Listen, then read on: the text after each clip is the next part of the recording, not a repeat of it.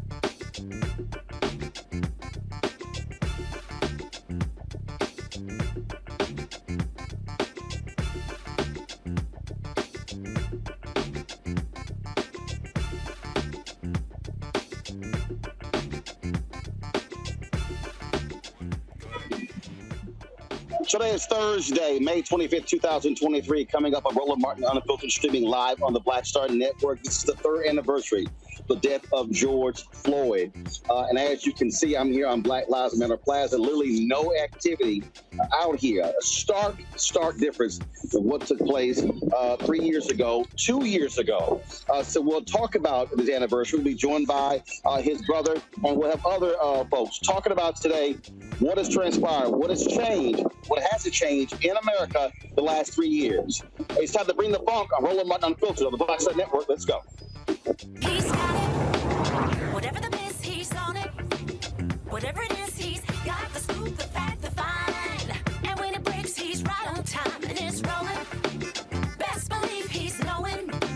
Putting it down from sports to news to politics. With entertainment just for kicks, he's rolling.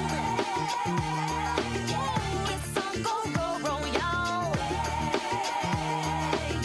It's Roland Martin,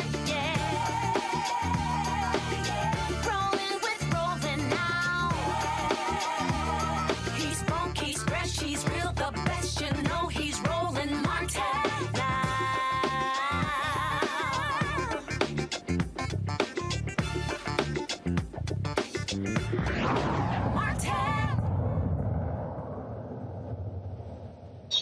Folks, it was 3 years ago on this day, Memorial Day, when the nation, the world, was shocked and stunned by the video showing the brutal death of George Floyd. That led to a significant amount of protest, attention all around the world. Literally, people were in the streets protesting across the globe after they saw what took place to George Floyd.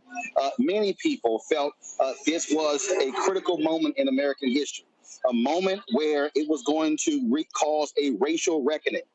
There were people who were saying that you're going to see massive change happen because you had millions of people all across this country going to the streets protesting what took place to George Floyd, because, of course, he died at the hands of those cops in Minneapolis. Now, the cops involved, those individuals, have been held accountable. But what we have not seen the type of mass change many people were expecting. We still have not seen the George Floyd Justice Act actually passed in Congress. We still have folks who are not wanting to move on accountability. So the question is, when are we going to see that?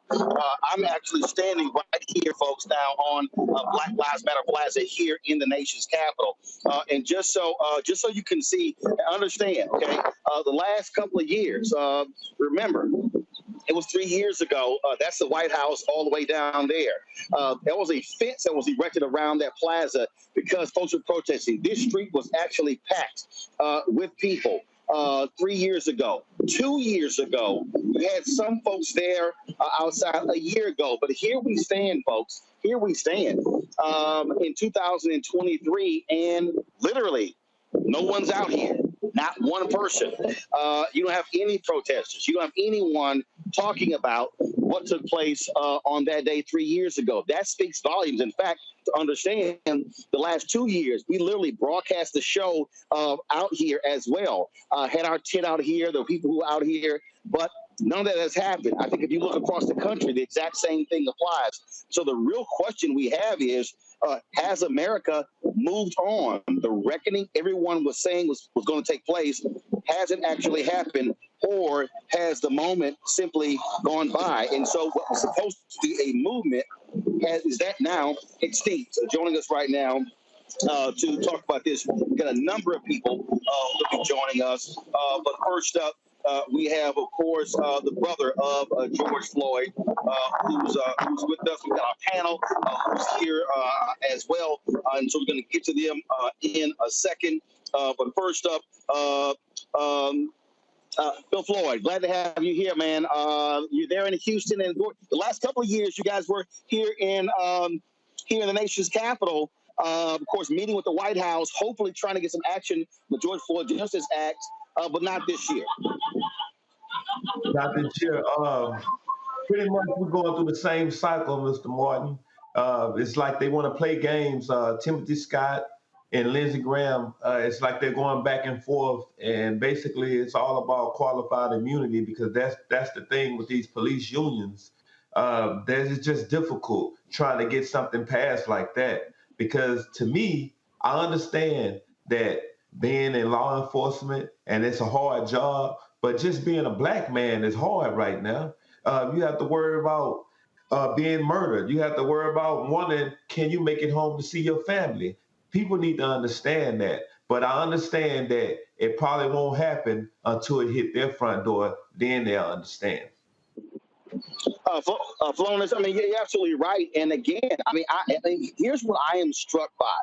I am literally struck by the fact that no one's out here. There's not even any media out here. You don't have any of that. Again, I'm looking this direction. If I look, in both directions, no one. We had people who were, of course, laying out in the streets, people who were protesting. And is that a concern? Because again, if people need to understand, if you look at American history, you think about the action that took place. If we can go back to Montgomery bus boycott, it was the lynching of Emmett Till that sparked that. That went on 382 days. Okay, started on December 1st. Then you begin to talk about other efforts as well. It is as if folks said, "Hey, nothing got done in 1 year, 2 years, so therefore we can just sort of give up." Is it disheartening to you that millions of people took to the streets 3 years ago, and here we stand here in the nation's capital 3 years later, and not one person's out here? You know, his death took a tremendous toll on the world. And I'm gonna try my best to make sure, that we can get this flame ignited again. We have a lot of problems all over the world. So when people think of George, I want them to understand that this can happen to you. George was just going to the store and he was murdered by a police officer with his knee on his neck for over 9 minutes, with his hands in his pocket, with a smirk on his face, like he was a big game hunter, suffocating my brother like a fish out of water. So I'm gonna try my best because I think everybody need to be out marching. Everybody need to be out trying to get some kind of type of change, some type of accountability. This is, to me, a global thing. It's not just right here. This is the place where people fight to get to. And people say this is the land of the free, but it has not been free for us. So I'm gonna need them to show it to me. That's what I need. Show it to me now. We have seen some things take place. We have obviously the cops involved. They have been sent to prison. We have seen some changes in some departments, but we have not seen the wholesale changes that you and others have been wanting. We talked about here on the federal level what took place. We talked last year. Many family members who were involved in those negotiations said that they were angry with Senator Tim Scott because they had not heard from him. He said nothing. They've heard nothing at all. Now he's running for president. In the year since, have you heard from Senator Tim Scott's office, Senator Lindsey Graham's office, saying, hey, we're going to try to get this thing jump-started again? Or have they been completely silent? They've been completely silent. You can drop anything and you couldn't hear anything. That's the sad part about the situation. To me, if you want to be in Congress and you want to be active and you want to talk about what's going on, let's talk about what's going on.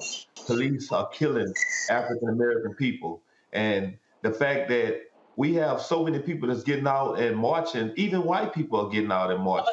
That tells them that, hey, something is wrong.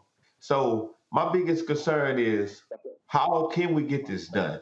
I'm willing to go back and negotiate or anything.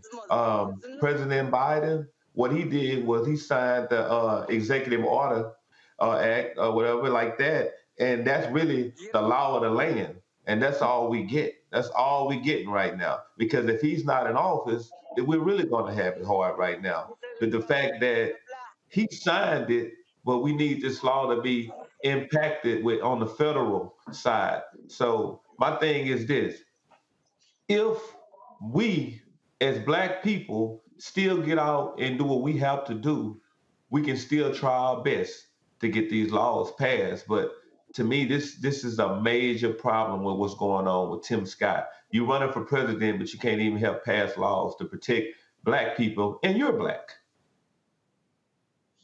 And again, he's out talking about why he wants to be president, but the reality is he has not stepped up, and it is a shock. First of all, it's not a shock that here we are, even a year later, and y'all have heard nothing from him or Senator Lindsey Graham.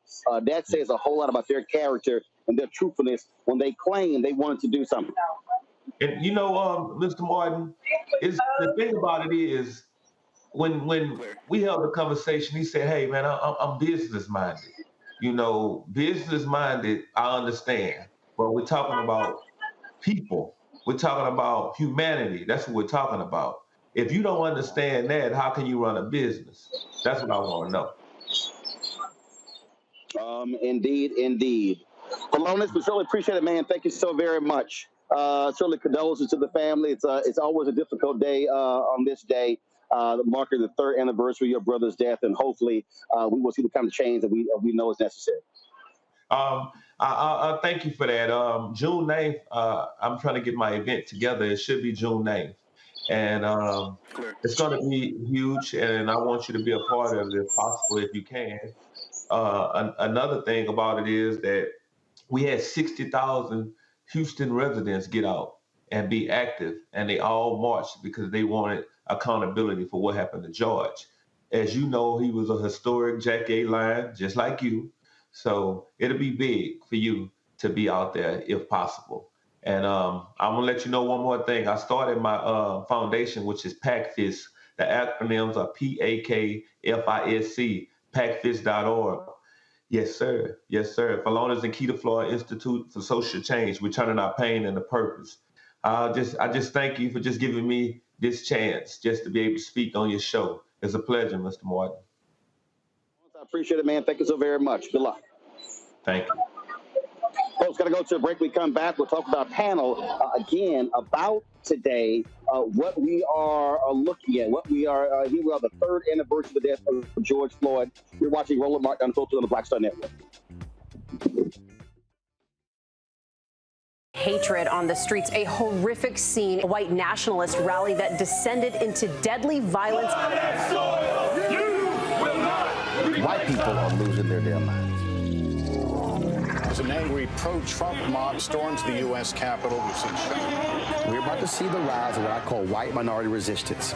We have seen white folks in this country who simply cannot tolerate Black folks voting. I think what we're seeing is the inevitable result of violent denial. This is part of American history. Every time that people of color have made progress, whether real or symbolic, there has been what Carol Anderson at Emory University calls white rage as a backlash. This is the rise of the Proud Boys and the Boogaloo Boys. America, there's going to be more of this. Here's all the Proud Boys, guys. This country is getting increasingly racist in its behaviors and its attitudes because of the fear of white people. The fear that they're taking our jobs, they're taking our resources, they're taking our women. This is white fear.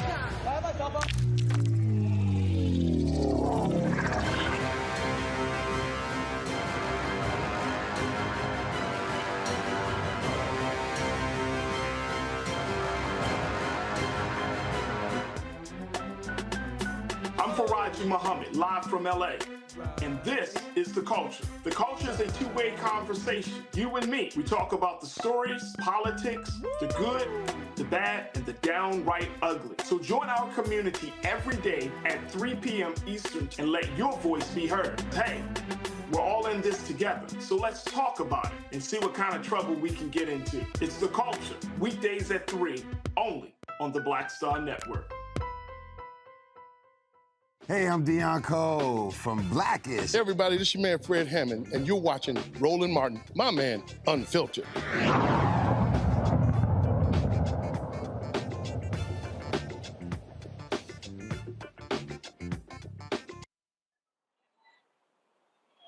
All right, folks, welcome back to Roland Martin Unfiltered on the Black Star Network. As I said, I am here on Black Lives Matter Plaza here in the nation's capital as we are doing our coverage here on the third anniversary of the death of George Floyd. I want to introduce my panel right now. Greg Carr, Department of Afro-American Studies at Howard University, joining us from Washington, D.C. Tommy Christopher, editor at Mediaite from Tuckerton, New Jersey. Teresa Lundy, principal founder of TML Communications out of Philadelphia. Teresa, I'll start with you. Are you seeing any activity today, anything happening in Philadelphia acknowledging this third anniversary of the death of George Floyd? There's actually a lot going on. There's a few nonprofit organizations that really stepped up and said, you know, we are going to remember George Floyd by doing some sort of service. I've seen a lot of social media buzz that's around it. But I think ongoing, as people remember George Floyd, especially in Philadelphia, there has been real attention to figuring out the best way to do community policing and having a better relationship with the Philadelphia District Attorney. You know what, Greg? Let me, and this is no diss on any organization out there. But let me be as clear as possible, because this is sort of the same feeling I have on MOK Day. Today is not a day of service. MOK's birthday is not a day of service. The issue was never community service. MOK's deal was, if there's any day where there should be mass protest, mass agitation, it should be on the birthday of Dr. King or the death, the anniversary of George Floyd. And I think service, and again, this is not criticizing the groups. I understand where they are from their heart and understanding. But service is not going to result in the action needed to deal with road cops that kill Black men, Black women, and other people across this country. And this, to me, is a mistake that people make when we shift the focus to, we commemorate, we have events. No, it's to achieve results so it doesn't happen again. That's right, Roland. And the world should be watching you standing there in D.C. at Black Lives Matter Plaza, where the paint was hastily applied to stop what some people thought might be a moment of racial reckoning, a perfect storm of state murder of Black people, which began, of course, when the first criminals came over here, with COVID-19, with an impending election, and just where you're standing, of course, the tear gas smoke spewed, as with complicit Attorney General, the President of the United States stood holding an upside-down Bible right across the street from where you were. 3 short years later, there is a Rise and Remember celebration, 2-day symposium and festival in Minneapolis at the Best Buy headquarters. What you said, Brother Philonise, is very important. We've seen this show before. Social theorists would call it resistance and incorporation. When they thought that the world was getting ready to be structurally transformed, a lot of people got DEI jobs that have now disappeared. A lot of people got paid a lot of money to go speak at corporations. A lot of people got some dollars tossed at their various HBCUs or community forums. And here we are 3 short years later, and the brother of George Floyd, he and his wife are announcing that they've finally got their foundation together. Seems like they've been lost in the sauce. Tim Mission Accomplished Scott, a midget politically. No, I'm sorry, that's the wrong word. A clown politically. Is now trying to parlay his blackface white nationalism into perhaps a ticket spot as the vice president of the United States. In Kentucky, the defender of the killers of Breonna Taylor earlier in 3 years ago is running for the governorship of Kentucky, Daniel Cameron. The more things change, the more they stay the same. And finally, what we're seeing underneath that, however, is that the people who seem to have made the most inroads have been the white nationalists in this country, who have used 3 years ago as the kind of villain that they wanted to organize themselves. In Florida, the governor, who won by less than 34,000 votes, 33,000 votes in 2018, is running a Boston as it relates to laws, saying that we must bring this country back from the edge that we saw in the summer of 2020. And of course, the Supreme Court today, in continuing to gut the Clean Water Act, Neil Gorsuch, following in the footsteps of his mother, who lost her job as the head of the EPA under Ronald Reagan because she tried to destroy the Environmental Protection Agency from the inside. Her son has continued the job. These white nationalists have used 3 years ago more effectively than we have. They have used it to conjure a boogeyman of what could happen if we just get lawless in these streets. Meanwhile, we're sitting back and having celebrations and having reflections and having memorials. And as you said, with the okey doke that they really pull up us on Martin Luther King Day, contributing our own backbreaking labor to do stuff that we should be demanding that the state do since we pay their bills. The point there, Greg made, Tommy, when he talked about DEI, things along those lines, and we know it's for a fact. A significant number of those jobs have been cut. Folks are being fired. Companies are pulling back. What was a focus about for African Americans, black groups. All of a sudden, I can tell you in the ad agency, companies all of a sudden went black-owned media was being targeted. Then it went to diverse-owned media. And so now we have these upfront, they were having black-owned media upfronts. Now it's, again, diverse-owned upfronts, or basically they got rid of those at all. And so now it's sort of this broadening deal. Again, as each year goes by, the focus gets away from the original intent that, frankly, is America at its best. Yeah. Well, you know what? I think it's probably not a shock to anybody on this panel if I were to observe that, you know, it seems like the blacker things get, the heavier the backlash gets. And so, like you said, you know, when Black Lives Matter came to the fore, all of a sudden it's okay. You know what? Let's back off of that. Like you said, you know, it's let's talk about people of color and diversity, et cetera, and not be so pro-black.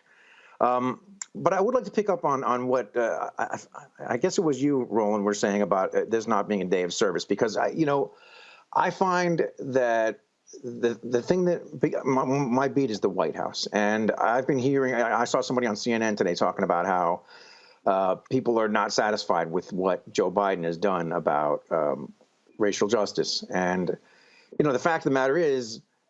The man had, a very slim majority in the Senate. He had the House for 2 years. He got done what he could do. But, yeah, now all he can do is do executive orders and try and get more Democrats elected. And, I hear people say, oh, is that always the answer is just go vote? Yeah, I'm sorry, but that's the answer, because you're not going to get, with a half of a vote majority in the Senate and a minority in the House, you're just not going to get meaningful, reform.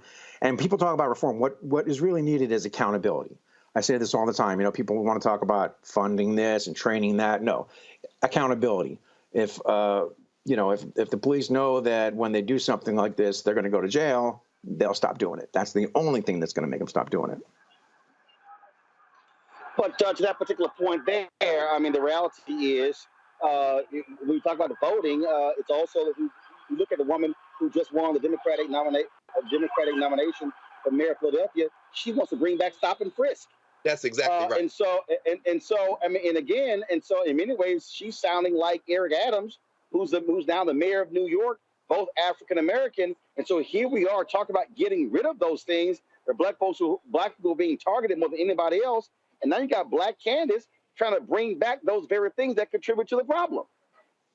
I want to bring in right now Brenda Goss Andrews. She's the president of the National Organization of Black Law Enforcement Executives, known as NOBLE Alexandria. And Brenda, on that point there, I mean, here we are dealing with the 3rd anniversary of George Floyd's death, talking about getting away from those things that negatively impacted black people, and you literally have candidates who are so afraid of being called soft on crime by the right that they literally want to go back to adopt the things that got us in a lot of the trouble we're in right now, like stop and frisk. Absolutely, Roland. Thank you for having me on the show again.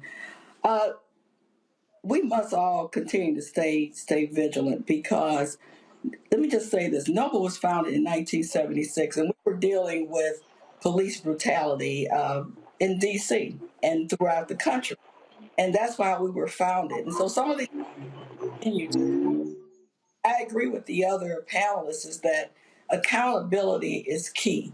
We can train and we can talk, but we have to hold our CEOs, we have to hold our municipalities, we have to hold everyone accountable. And then one of the things that came out of George Floyd, I think, is that we're seeing police officers being held accountable in the courts. And it's just not in the police department. We have to look at what's happening in our courts, what's happening with our judges. You know, what are they doing?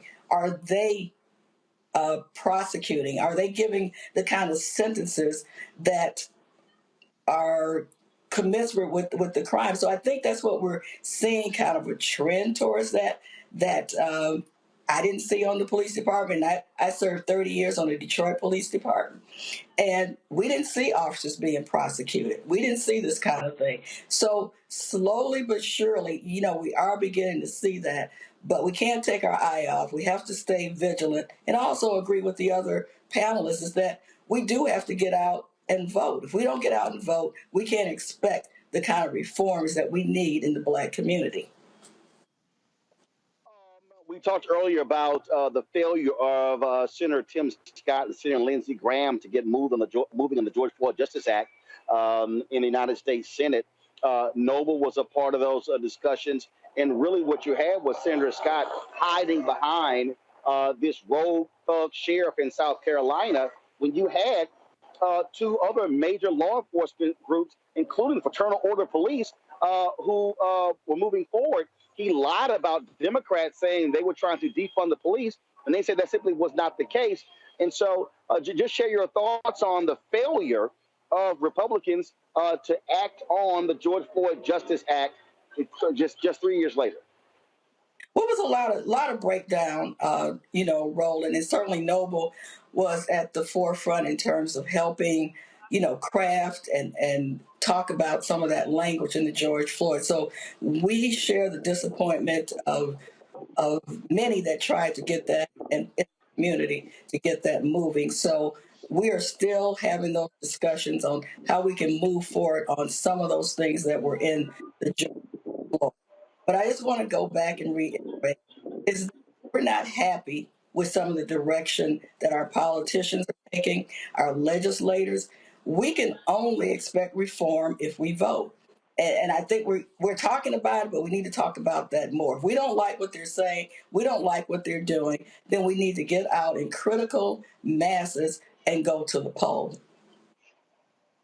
All right, then. Well, look, we certainly appreciate you joining us today, talking about these very issues. Lots more work to get done. Brenda Goss Andrews, thanks a lot.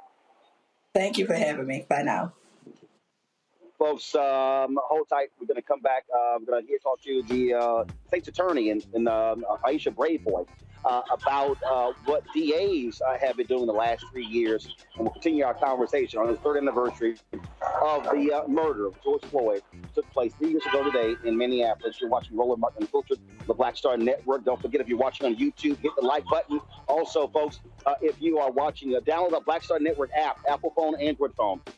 And Apple phone, Android phone, Apple TV, Android TV, Roku, Amazon Fire TV, Xbox One, Samsung Smart TV. Also, support our Bring the Fun fan club. Your dollars matter. See your check and money orders. P.O. Box 57196, Washington, D.C., 20037-0196. Cash App, $RM Unfiltered. PayPal, R Martin Unfiltered. Venmo is RM Unfiltered. Zelle, Roland at RolandSMartin.com. Roland at RolandMartinUnfiltered.com. Be sure to get a copy of my book, Why Fear: How the Brown of America is Making White Folks Lose Their Minds. Available at bookstores nationwide. Download your copy on Audible. We'll be right back.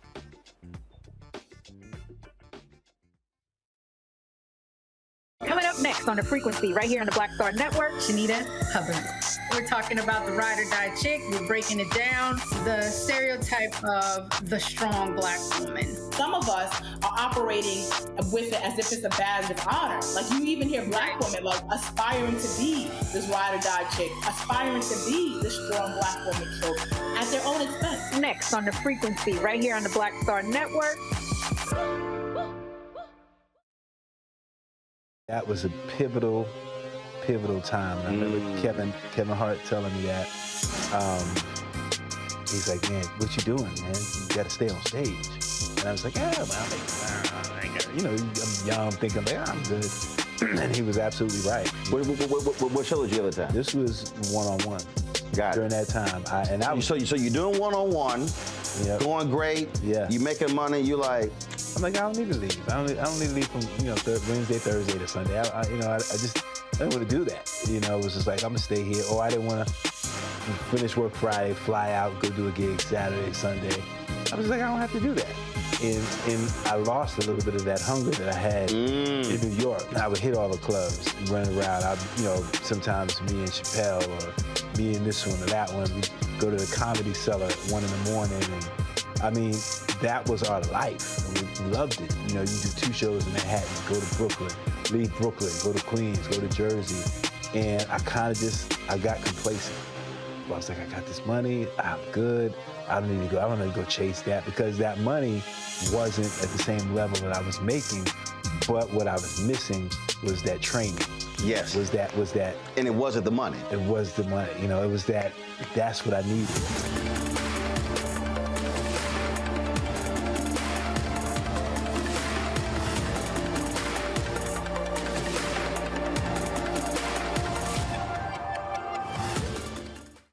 Hi, I'm LD Barge. Hey, yo, Peace World. What's going on? It's the Love King of R&B, Raheem Devon, and you're watching Roland Martin, Unfiltered.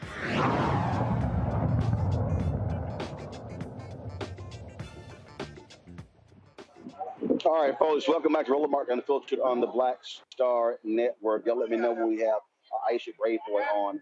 I want to go back to the conversation we were having before, and Teresa, that point. The woman who will be the next mayor of Philadelphia.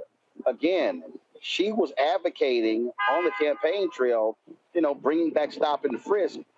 That's the sort of things that, again, Black has been fighting against because we were so negatively impacted.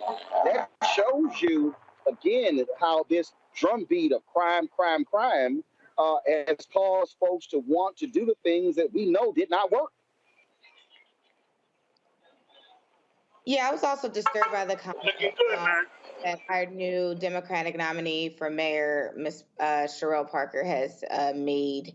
But she also tried to explain, what she meant about stop and frisk, and that had a lot to do with the constitutional and unconstitutional way of doing it. I'm still a bit wary about what that actually means. From what stop and frisk actually means, it means you are stopping someone for just cause. And so without just cause, for anything.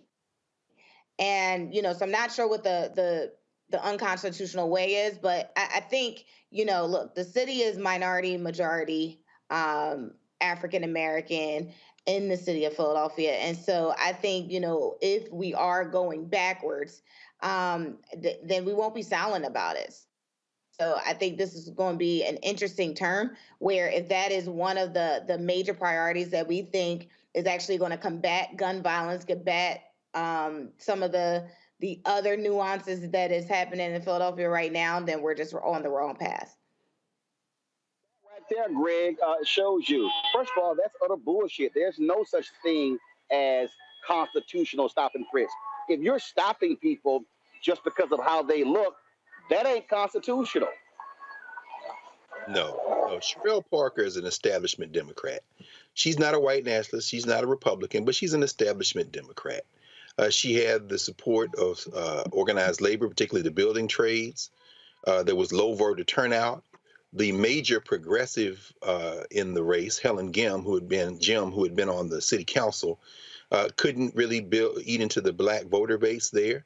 Unfortunately, there was a white woman who was in the race who's also to the left and drew from her. But ultimately, the problem in Philadelphia is the problem we see throughout this settler colony. It's a problem of race. In the precincts that were majority people of African descent, Sherelle Parker won by about 55 to 56% of the vote. In the precincts that are majority white, she got about 12% of the vote. What does that tell you in a town where the Democratic nominee in the primary will win the election overwhelmingly? It tells you that white folks still not voting for black people. and they are voting against their interests. Now, the progressive DA of Philadelphia, Larry Krasner, was elected. It's not the progressive policies. Most people in Philadelphia and many people around the country are for the progressive policies, and in places like Los Angeles, in places like Chicago, they voted for progressive candidates. The Johnson campaign in Chicago still left some people shocked. But what we have is a problem of voter engagement. You know, whether it be you, Roland, going around the country, Cliff, Latosha, everybody else, if people simply will not go out and exercise the franchise, this is what we end up with. Finally, these organized nationalists, these white nationalists, are very clear. Voter suppression is their nightmare because they understand that when we participate, we overwhelm them with our policy choices.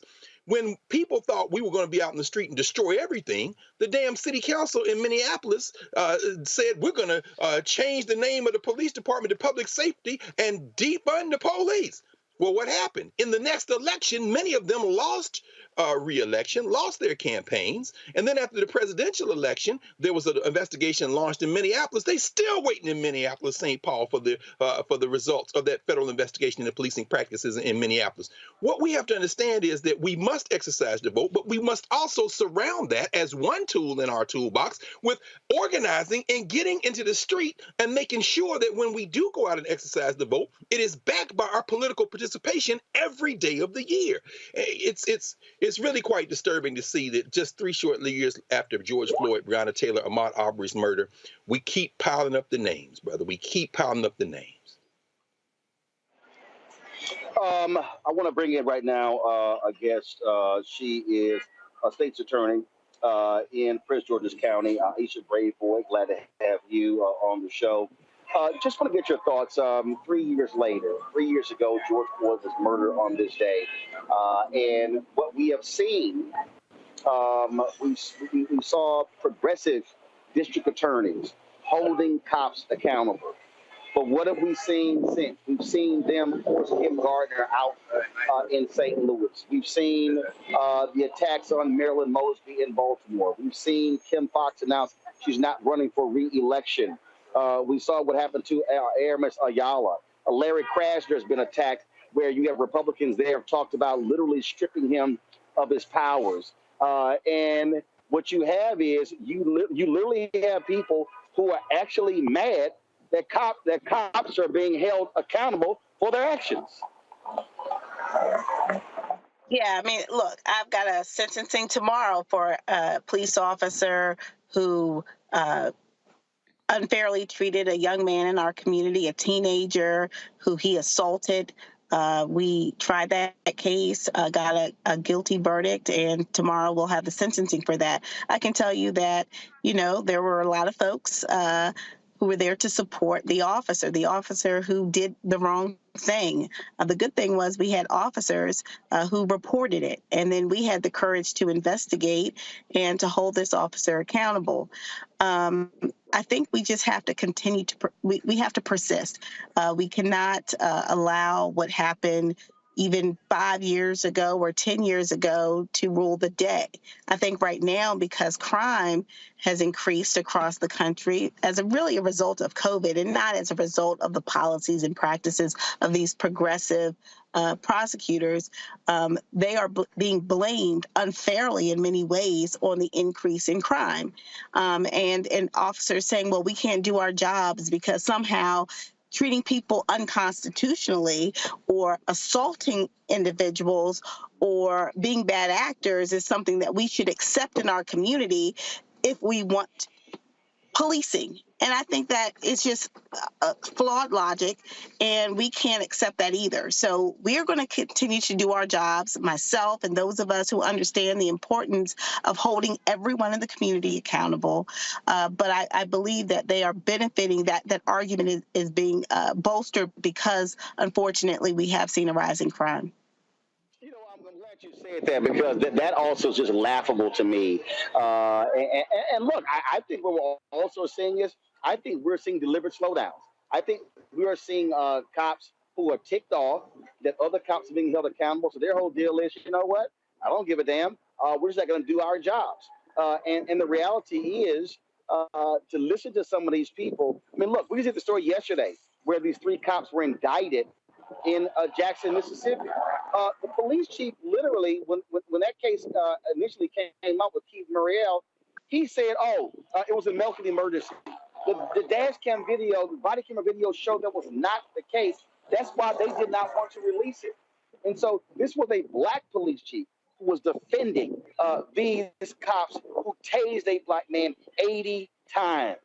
Wow. And the man died as a result. And again, and so here we are. Last year, Samuel Sengawe, with his own reporting, showed that more people were killed by cops last year than any other time in American history. So the question I pose to you is, what really has changed in the 3 years after the death of George Floyd? Well, I think there have been a lot of changes. I think there have been a lot of policies that have been put in place. I think if we look just at body-worn camera policies across the country, we're seeing more and more law enforcement agencies utilizing body-worn cameras, and they have been very helpful in the prosecution of cases where we can prove that officers have, acted badly in an incident. I'll give you one example. We had an incident that was caught on body camera where an officer had assaulted an arrestee and then placed him upside down in his police vehicle, upside down. And then when he finally got to his destination, you rug him out like a sack of trash, where the gentleman hit his head on the cement. I mean, this was horrific, and we were able to use that evidence in the prosecution of the case against the officer. So I think body-worn cameras is a huge game changer. I think that across the country, we've seen more transparency in policing. Here in Maryland, we've got rid of the Law Enforcement Officers Bill of Rights, and so now law enforcement officers are treated like others when they are charged or suspected of committing a crime. So there have been good changes. I think at the national level, unfortunately, we have not seen those changes, which were promised but not delivered. And we're hopeful that we see that, the top of our government, our national government, really set that standard. But until they do, states like Maryland are leading the way. Well, again, I think that it certainly has raised the consciousness of some different people. But I'll be honest, I think what this also has done is caused a lot of these white parents to really be scared to death of their white children being conscious. My book, White Fear, I talk about that.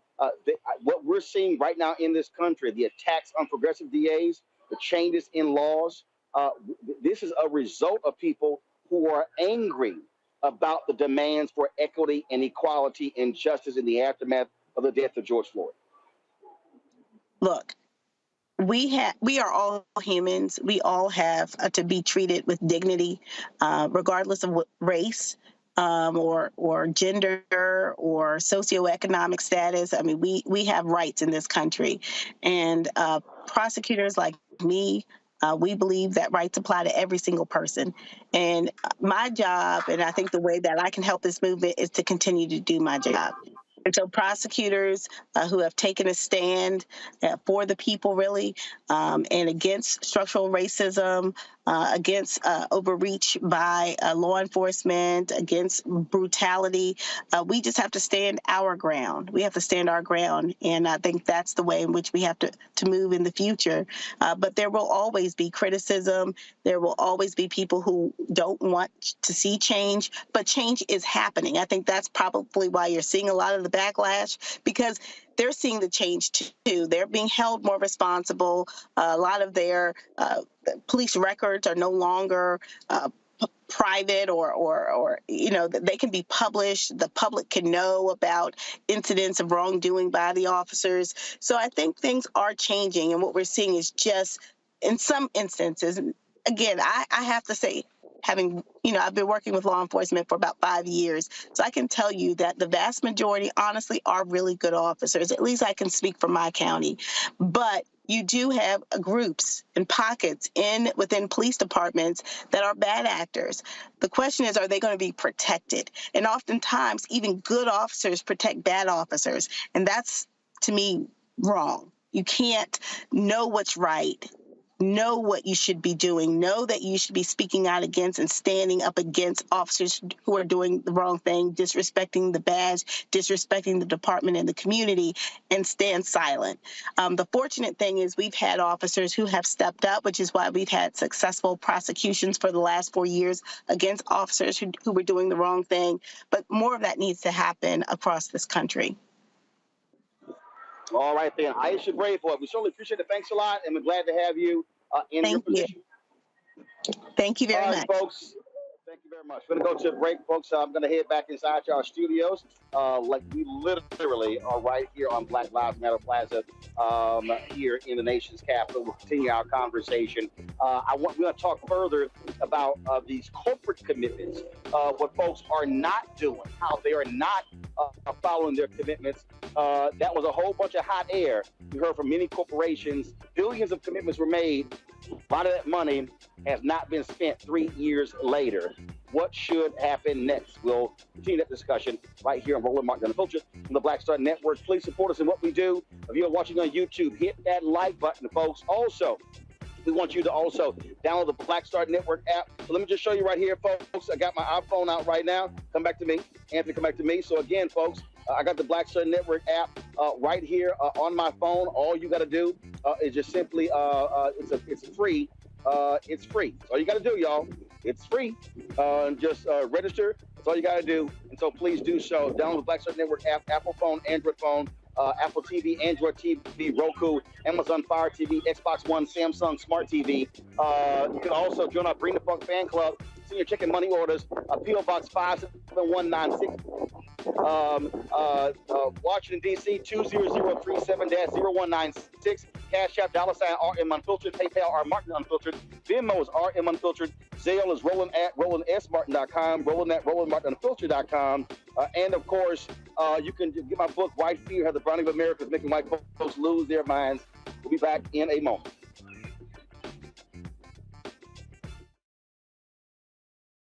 On the next Get Wealthy with me, Deborah Owens, America's Wealth Coach, the wealth gap has literally not changed in over 50 years, according to the Federal Reserve. On the next Get Wealthy, I'm excited to chat with Jim Castleberry, CEO of Known Holdings. They have created a platform, an ecosystem to bring resources to Blacks and people of color so they can scale their business. Even though we've had several examples of African Americans and other people of color being able to be successful, we still aren't seeing the mass level of us being lifted up. That's right here on Get Wealthy, only on Black Star Network. On Next, A Balanced Life with me, Dr. Jackie, the necessity of believing in things you can't see. It's called faith. It comes in all shapes and sizes, and it's powerful. And it's a big part of being able to live a balanced life. The valley I experienced being a cancer survivor was one where my footing was completely unstable. I had no idea what to do. And in that instance of not knowing what to do, I had to rely on faith. That's all next on A Balanced Life, only on Black Star Network. Hi, I'm Gavin Houston. Hey, what's up, y'all? It's your boy Jacob Lattimore, and you're now watching Roland Martin right now.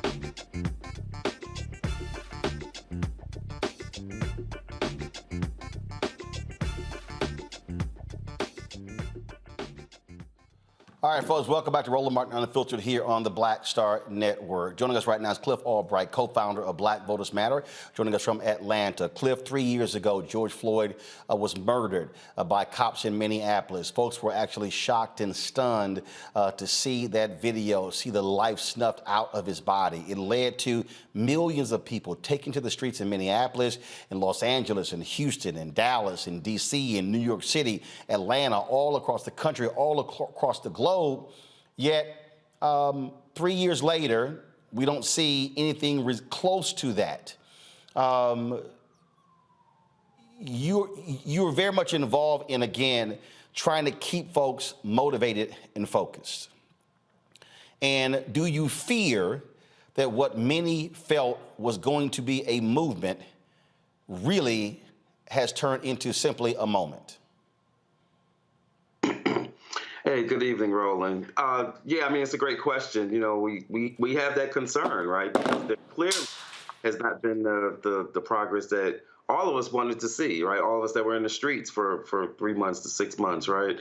And so, you know, recognizing that a couple of things did happen, that there was a change in the conversation, right? That there was, at least for a minute, that there was some more investment in organizations and communities that do this type of work. That coming out of it, even at the level of policy, that at least that this administration, which has not done enough on this issue, right, has not leaned into federal legislation on this issue. But one of the things that we at least did see was a Department of Justice that was able to indict those who murdered Breonna Taylor, right? Which, by the way, we all know the Attorney General of Kentucky refused to try to do. And so, you know, there have been things that have come out of that moment and that movement and those months that we spent in the streets, but it hasn't been enough. And so the challenge is, and what many communities have seen, right, is that, okay, well, how do we take this to the local level? How do we try to get action on some local policies? Even in Memphis, you know, where you had Tyree Nichols murdered, that you had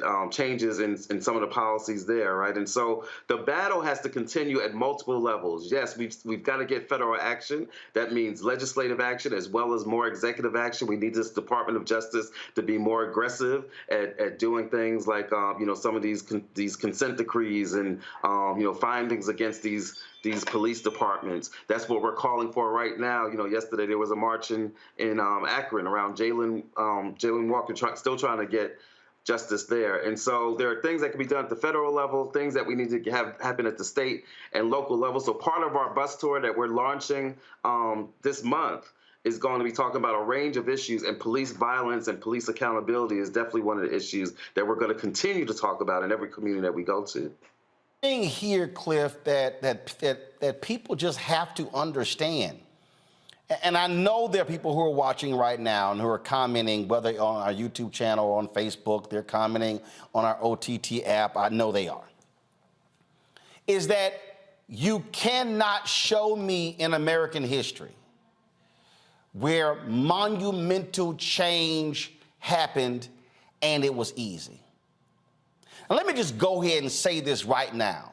For all of these stuck on stupid people, okay, all of these idiots who keep yelling, yeah, but they passed the anti-Asian bill.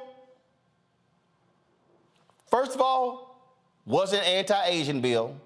Second of all it did was create one staff job, and they gathered data for a year. Okay? It wasn't what everybody thought it was all cracked up to be. That's why it was so easy to pass. And so what people are going to have to understand, and folks like you who are in the trenches, you know this, nothing is going to happen like that. It requires people on days like this being on that damn street outside this building. It requires them putting constant pressure and staying in the face of Joe Biden, staying in the face of Kamala Harris, staying in the face of Hakeem Jeffries, Kevin McCarthy, Mitch McConnell, Chuck Schumer, letting them know on this day, there should have been folks flooding Capitol Hill saying, where's the bill? In fact, on the day that Tim Scott announced he was running for president in that joke of a rally, he should have been met by countless Black Lives Matter protesters saying, "Where's the George Floyd Justice Act?" And so for people who walked out there and they protested for one day or two, we need them still in the game, because this ain't gonna be easy. Right.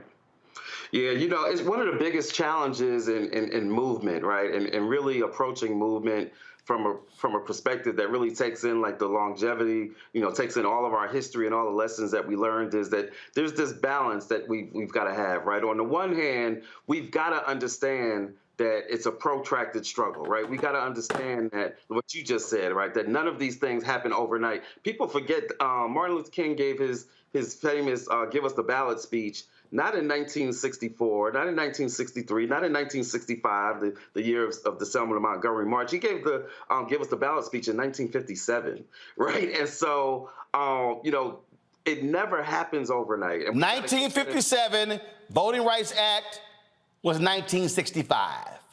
That's 8 years. That's 8 years, and that's 8 years of constant struggle, right? And so we got to keep that in mind, that this is long-term movement that we're talking about, and not just to keep that in mind in terms of understanding our opposition and strategies, just for our own sanity, for our own sustainability, we got to keep that in mind. But the flip side is this: there's also got to be a sense of urgency, right? Because if all we do is think about, oh, well, it's just long term, and we don't have some type of sense of urgency, to your point, that we need to be doing these things every day, right? Every opportunity we get, we need to be reminding them that we still don't have federal legislation to deal with police violence. We need to remind them that every day and be urgent about it and be consistent about it. But we've also got to keep in mind that it's a long-term struggle, because that when you have that mindset and is able to balance those two things, then you're able to take advantage of the victories that you have along the way. People forget that in the midst of George Floyd and Breonna Taylor, there was also the Ahmaud Arbery murder that took place. And we love to tell the story at Black Voters Matter around the community where that happened in Glenn County. And one of the things that came out of the pain of that murder was that the DA, you remember, Roland, there was a DA, two DAs actually, that tried to bury the case, right? Because those that murdered him had relationships with the police department and with the DA's office down there, so they tried to bury it. One of the things that came out of that, in addition to the eventual convictions, was that community came together and you said, you know what, that DA, Jackie, I forget her last name, she was up for re-election the following year.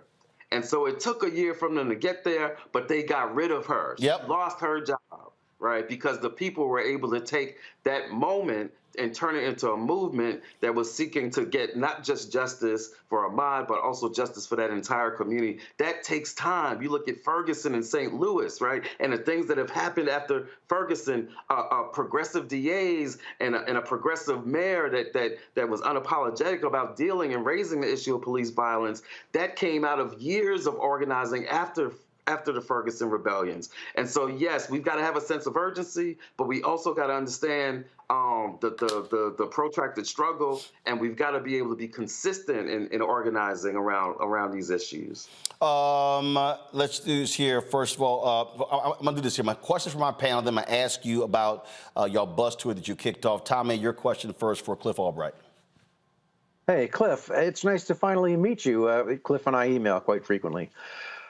Sure. You know, I guess I wanted to ask you, I know that folks, a lot of people who are supporters of the president get upset with you and your group for applying pressure the way you do. And I understand that that's an activist job, is to apply pressure. But, you know, credit where credit's due. You know, President Biden and Vice President Harris, they did executive orders. They have pushed and pushed for the George Floyd Act to be passed. What more do you think they can do? Do you think that the criticism is warranted, or is it just part of being an activist? Yeah, no, I think that's a great question. You know, I think certainly, you know, you got to give credit where credit's due. And, you know, I've talked about the things that this administration has done. I talked about the president's State of the Union speech and how I was glad that after he talked about the murder of Tyree Nichols and talked about Black families that have to have the talk with our children, right? And many of us were sitting there waiting because we felt like there was a but coming up, that at any moment he was going to say, but we need more cops. And he never said that in that particular speech, right? And so, you know, we've given credit where credit is due. It's funny, we got a lot of people that criticize us for thinking that we're just tools of Democratic candidates, and then we get some folks that criticize us, saying that we criticize Democratic candidates too much and the president too much, right? And I think the truth has always got to be somewhere in the middle on that, right? That you've got to push, but as you said, you got to give credit where credit's due. So your question, though, is some of the criticism, does some of it have merit? And I think the reality is that there is merit to some of the criticism. Certainly, the Justice Department has taken some actions on investigating some of these departments. We'd love to see them take more actions, right? Similar, by the way, to their approach to voting rights, that the Department of Justice has filed some litigation. They've done some amicus briefs, but it's been nowhere near the level of what we need to see coming out of this Justice Department. And so I think we can do both things. We can acknowledge the things that they've done, but that we can continue to say, but we need more of that. Or in some cases, it's not just that we need more of what they've already done, that there's some other tools that we need them to try to use. Just like I don't want to go down the whole debt, the whole debt story and the whole debt narrative, but yeah, you know, you need to negotiate hard. But at some point, you might need to use the 14th Amendment. You've got to use the tools that you got at your disposal. And that's the pushing that you often hear from activists on this administration. It's not that this administration isn't doing anything, and it's not that we're naive about the nature of Congress, especially now after the change in the House. So it's not that we're naive about that, but we still believe and we still know that there are some tools that have been left on the table, and we need them to use every tool at their disposal, because guess what? Those on the other side, those that are anti-Black, those like DeSantis and others, they're not shy about using every tool that they have at their disposal. That's right. Yeah, just to be clear, too, I would never be one of those people that says Black Voters Matter is doing too much and that, you know, Cliff and Latasha should say to anybody, you know what, you're done. You've done enough. Thank you. You know?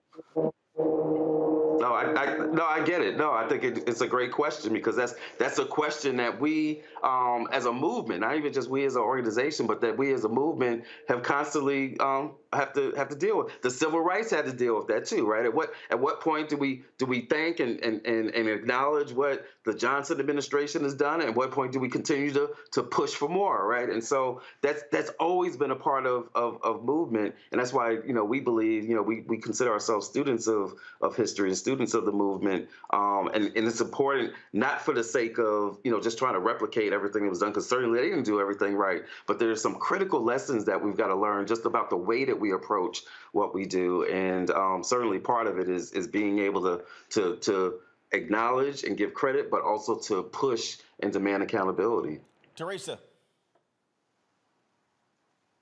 Cliff, thank you so much for all the work that you're doing. We can certainly see it here in Pennsylvania. Good friends of mine work on the Black Voters Matter in Pittsburgh and in Philadelphia, so we definitely see the work. One of my questions is, I think some of the engagement that you guys are doing as it relates to advocacy would absolutely help in some of these local elections. So what are you guys doing to help, you know, some of these advocacy organizations that have been in existence that just seems like they're not taking the wheel and really advocating what some of the Black issues are in order for us to get to the polls? Yeah, I'm so glad that you asked that, and as you probably know, you know, the bus was recently rolling in Pennsylvania for the recent city elections that were taking. And so, yeah, we always say there's no such thing as an off year, right? You got a lot of people right now talking about what are y'all doing for 2024, right? What's your plans for 2024? And our response is we're dealing with 2023. Because 23 is not an off year. You got all kinds of, as you said, local elections taking place, city elections taking place. You've even got some statewide elections taking place in places like Louisiana, Mississippi. And I'm going to tell you right now, and all your listeners could be the first to hear it, I believe something is happening in Mississippi, y'all. Y'all can write this down. I believe something is happening in Mississippi. Mississippi might just shock the country in their elections this year. But you got all these elections that are taking place that people don't want to talk about because they already want to talk about the presidential horse race. And so we're focused on that, and we're also focused on, and what we try to do to move some other organizations, part of your question was like, what do we do with some other advocacy organizations that, may not be as focused on some of the issues, may not be as focused on, some of the things that folks in the street are talking about, or is focused on these local elections, right?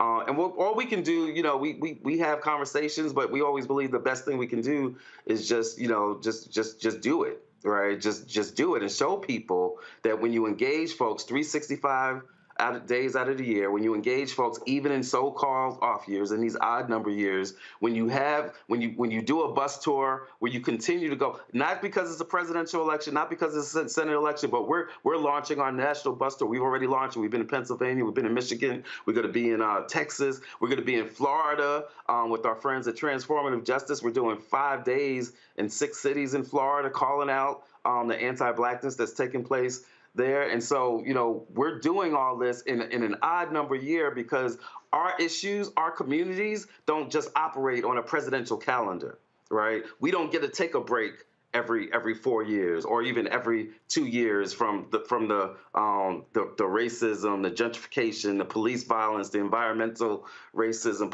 We're doing parts of our tour that's just talking about environmental justice issues, high utility bills, dirty water, climate change, and how it impacts already marginalized communities in terms of like natural disasters and floods and things of that nature, right? You don't get that from a lot of places, especially in an odd number year. But as we always say, Black Voters Matter 365, and we hope that by doing that and by investing resources, we gave out $9.7 million last year just to community-based groups. That's neighborhood associations, that's NAACP chapters, that's churches, that's organizations that aren't even formal organizations, right? We do. $1 out of every $2.5 that we spend goes directly out the door to local organizations because they're the ones that are doing this work 365 days out of the year, even in an odd number year. Greg. Thank you, Roland. And Cliff, it's always good to see you, brother. Eternal respect, man. Y'all are out there 365.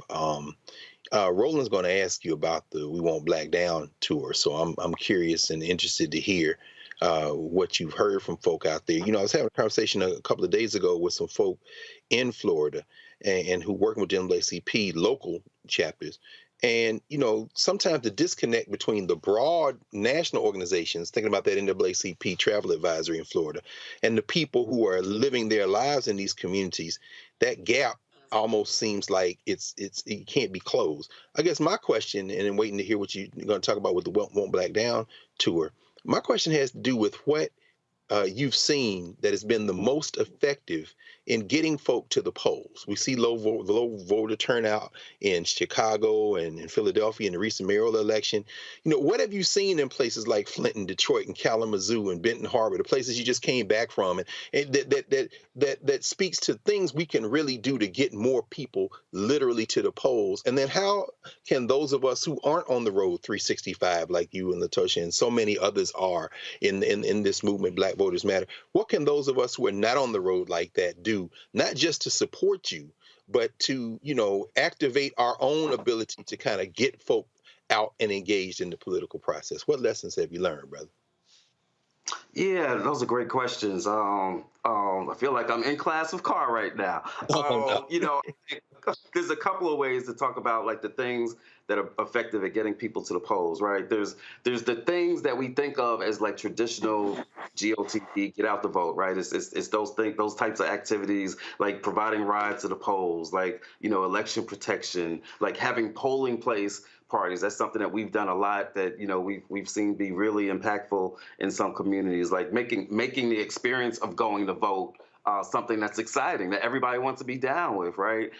So there are those things associated with the 2-3 weeks of actual voting in places that have early voting or election day type activities. But the more important answer, I think, to that question, the things that we've seen be most successful is this 365 approach, right? Because at the end of the day, you can't come knocking on my door in late October or in the first Tuesday in November asking me to save the country and save democracy, but you weren't there in the spring when that issue of police violence went down, or you weren't there earlier in the year when there was a school shooting, or you weren't there when my community was dealing with the flooding after a storm. You can't just show up talking about we need your vote. As we always say, there's a lot of people that care about black votes, but they don't care a damn about black voters, right? About our community.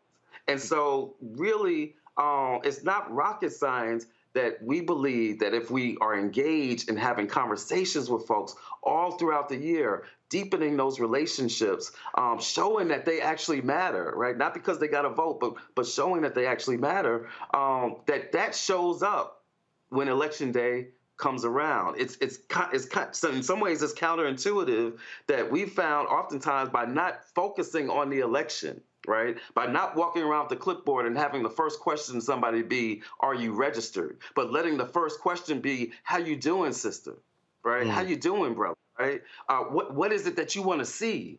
That asking that question instead of the are you registered question, that you can actually wind up getting more people registered or getting more people to turn out. It's counterintuitive, but we have seen it work time after time, place after place, year after year after year. In terms of what people can do, again, a great question, because one of our beliefs, and I say it all the time, everybody's an organizer. Everybody's got a role to play. Not everybody's going to give the speech. Not everybody's going to, do what Roland does. Not everybody's going to be a master educator like you. But everybody's got a role to play. It might be to cook some food. It might be to do some artwork for the flyers. It might be providing some music and culture at the events. It might just be sending a text message to 5 friends, telling them about what's down, forwarding the election information, forwarding something. And so everybody's got a role to play. We always say, if you see somebody wearing a Black Voters Matter shirt, it's not just because we give them out willy-nilly. It's because everybody that's wearing it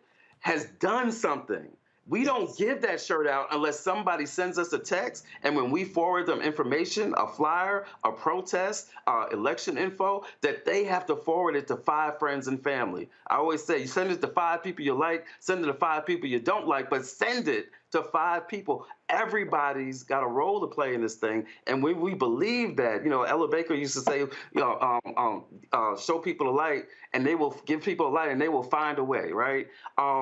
We believe that everybody's got a role to play. And when we can communicate to people, including when we roll through their community in a big old black bus, the blackest bus in America, and really make them feel that they got something to say and that they got some power that they can help us utilize in our communities, that changes things. So everybody, if you want to get involved, if you want to forward something to your 5 friends, if you want to contribute in some way, the best thing to do is to follow us on our social media, Black Voters MTR. Send us a text, We Matter, to 25225. We Matter to 25225.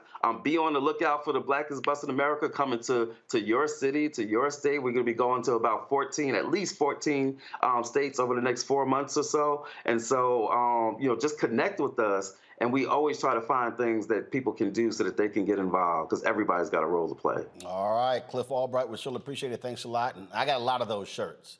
And a couple of hats too, I think. I got the shirts, hat, mask, all of that. So I've been putting in that Black Voters. Matter of fact, we got y'all haven't been here. Y'all think I'm lying. Y'all think I'm lying. Just so everybody at home, just so y'all understand how we roll in terms of Black Voters Matter, and also, unlike a lot of other people, they have been big supporters of this show as well, and financial as well. So let me see if I get this here. Okay, let me see if I can get this straight. All right, I'm trying to get the Roku device here. I want to show y'all, because see, y'all think I'm joking in terms of how we roll here when it comes to Black Voters Matter. Let's see here, Anthony. I don't know why it's not acting right. My camera. We got to get you to dashiki. I don't know if we got you to dashiki yet, Roland. No, I ain't got that. Hold on, I ain't got that one. Y'all. I know, and Greg Carr sitting there going like, hold up, y'all got a Black Voters Matter dashiki? I just texted you now, man. Wait, what? He like, they got a Black Voters Matter dashiki? All right, I'm gonna show y'all here. Anthony, you can go here just so y'all check this out. So just if y'all think I'm joking, about where we stand when it comes to, okay, boom. What does that say right there? Black voters matter. That's one of the murals right here in our Black Star Network studio. Just so y'all know how we roll. Cliff Albright, I appreciate it, man. Tell Latasha I said what's up. I will. Love you, brother. My brother, love you as well. All right, gotta go to a break, y'all. We'll be back. Roland Martin Unfiltered on the blackest show out here, Black Star Network. Support us in what we do. Your dollars absolutely matter. Y'all, we can't do this if you don't support us. I'm out here wearing these advertisers out. But trust me, it is not an easy task to get them to support black-owned media. And so, again, send your check and money orders to P.O. Box 57196, Washington, D.C., 20037-0196. Cash App, $RM Unfiltered. PayPal, R Martin Unfiltered. Venmo is RM Unfiltered. Zelle, Roland at RolandSMartin.com. Roland at RolandMartinUnfiltered.com. And, of course, download our app. Black Star Network app, Apple phone, Android phone, Apple TV, Android TV, Roku, Amazon Fire TV, Xbox One, Samsung Smart TV. We'll be right back.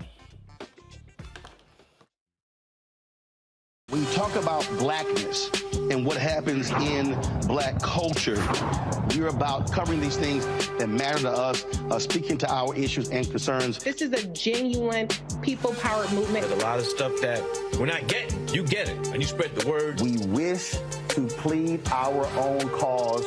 Too long have others spoken for us. We cannot tell our own story if we can't pay for it. This is about covering us. Invest in black-owned media. Your dollars matter.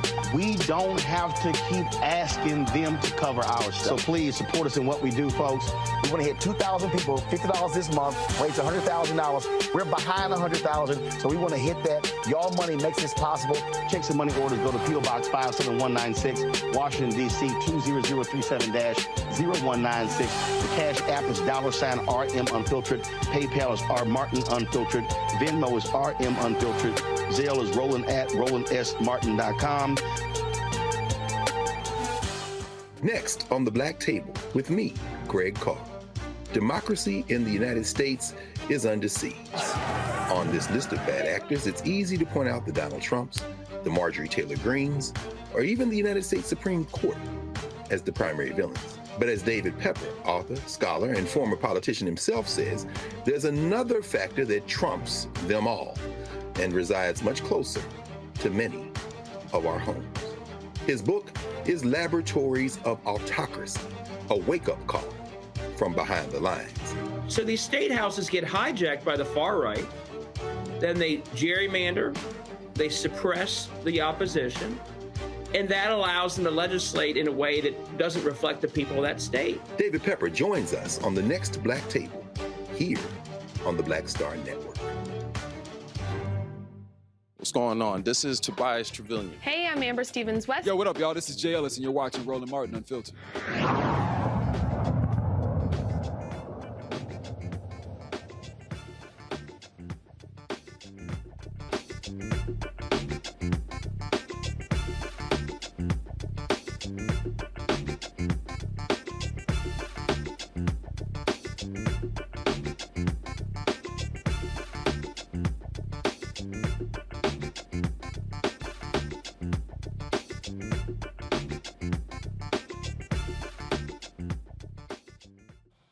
So a North Carolina judge criticizes a controversial arrest of Devon Whitmire, a black man, saying the white officers didn't act appropriately by grabbing him without giving him a chance to submit and putting his arms across his face, then across his neck when he was handcuffed on the ground. The video you're about to see is quite disturbing. Now, if you want to turn away, please do so. We're going to show you some of this video. The total time is 6.5 minutes. We're not going to show you all of it. But here's what took place.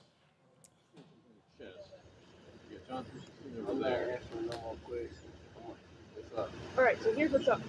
So they're confirming it right now, but based on your tattoos, we know who you are, and you do have a open warrant for your arrest. So they're confirmed that you. Okay, well, can y'all make up like you want to run off here? Where's your gun at?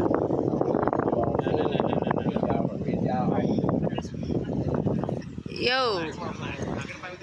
Stay back there. Can I get his phone? Just a minute. That's my fiance. Can I get his phone? He just said he had a gun on. He doesn't. Partner, you gonna get tased. Stop. Can y'all stop? He's not doing nothing. He's not. His arm is broke, so if y'all fuck with his arm, I swear to God. I got all this on tape. Yo, what the fuck?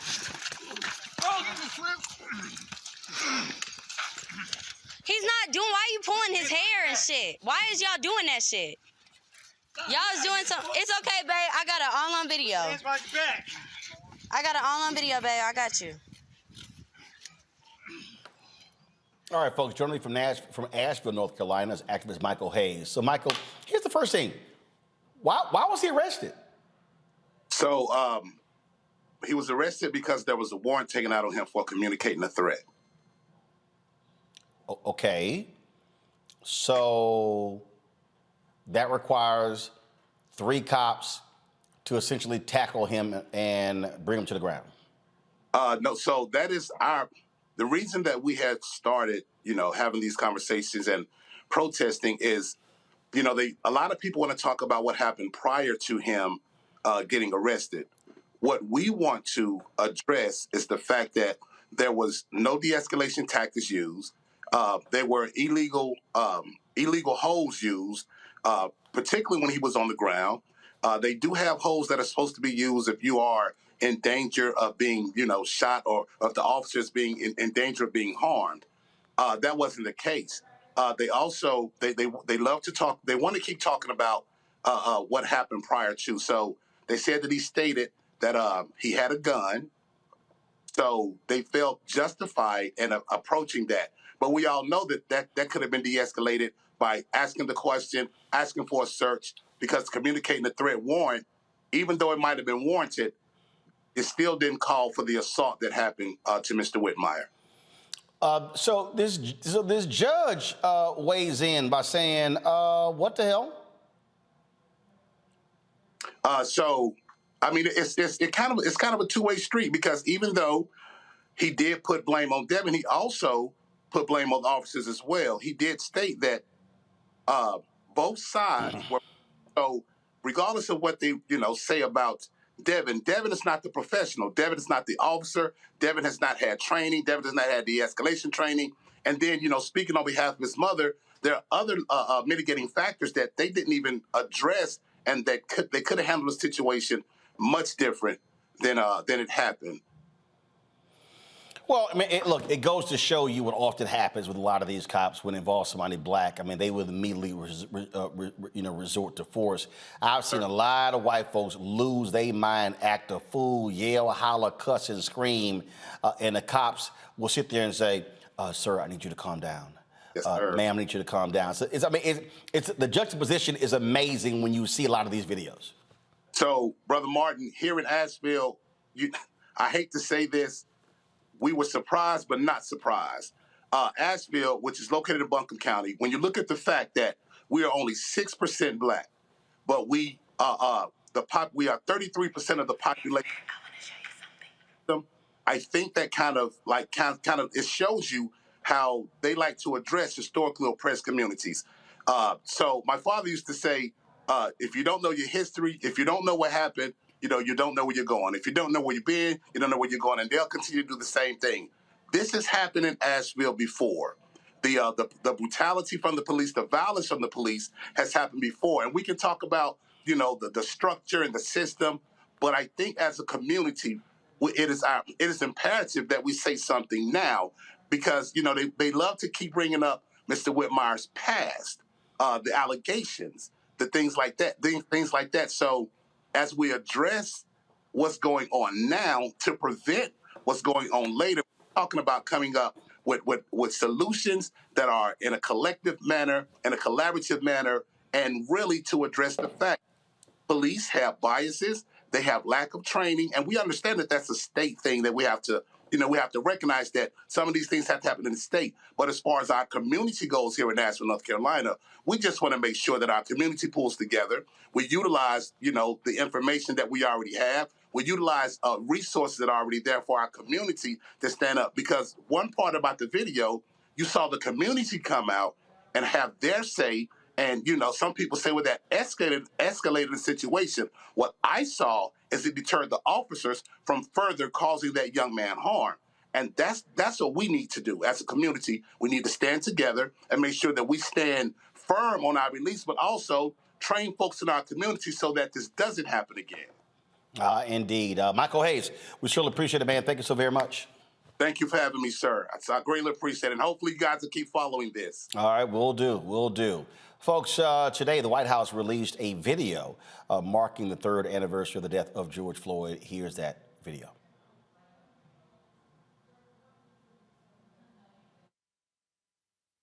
I promise the Floyd family, among others, George's name is not just going to be a hashtag, but as a nation, we're going to ensure his legacy and the legacy of so many others remembered today. It's not about their death, but what we do in their memory that matters. The purpose.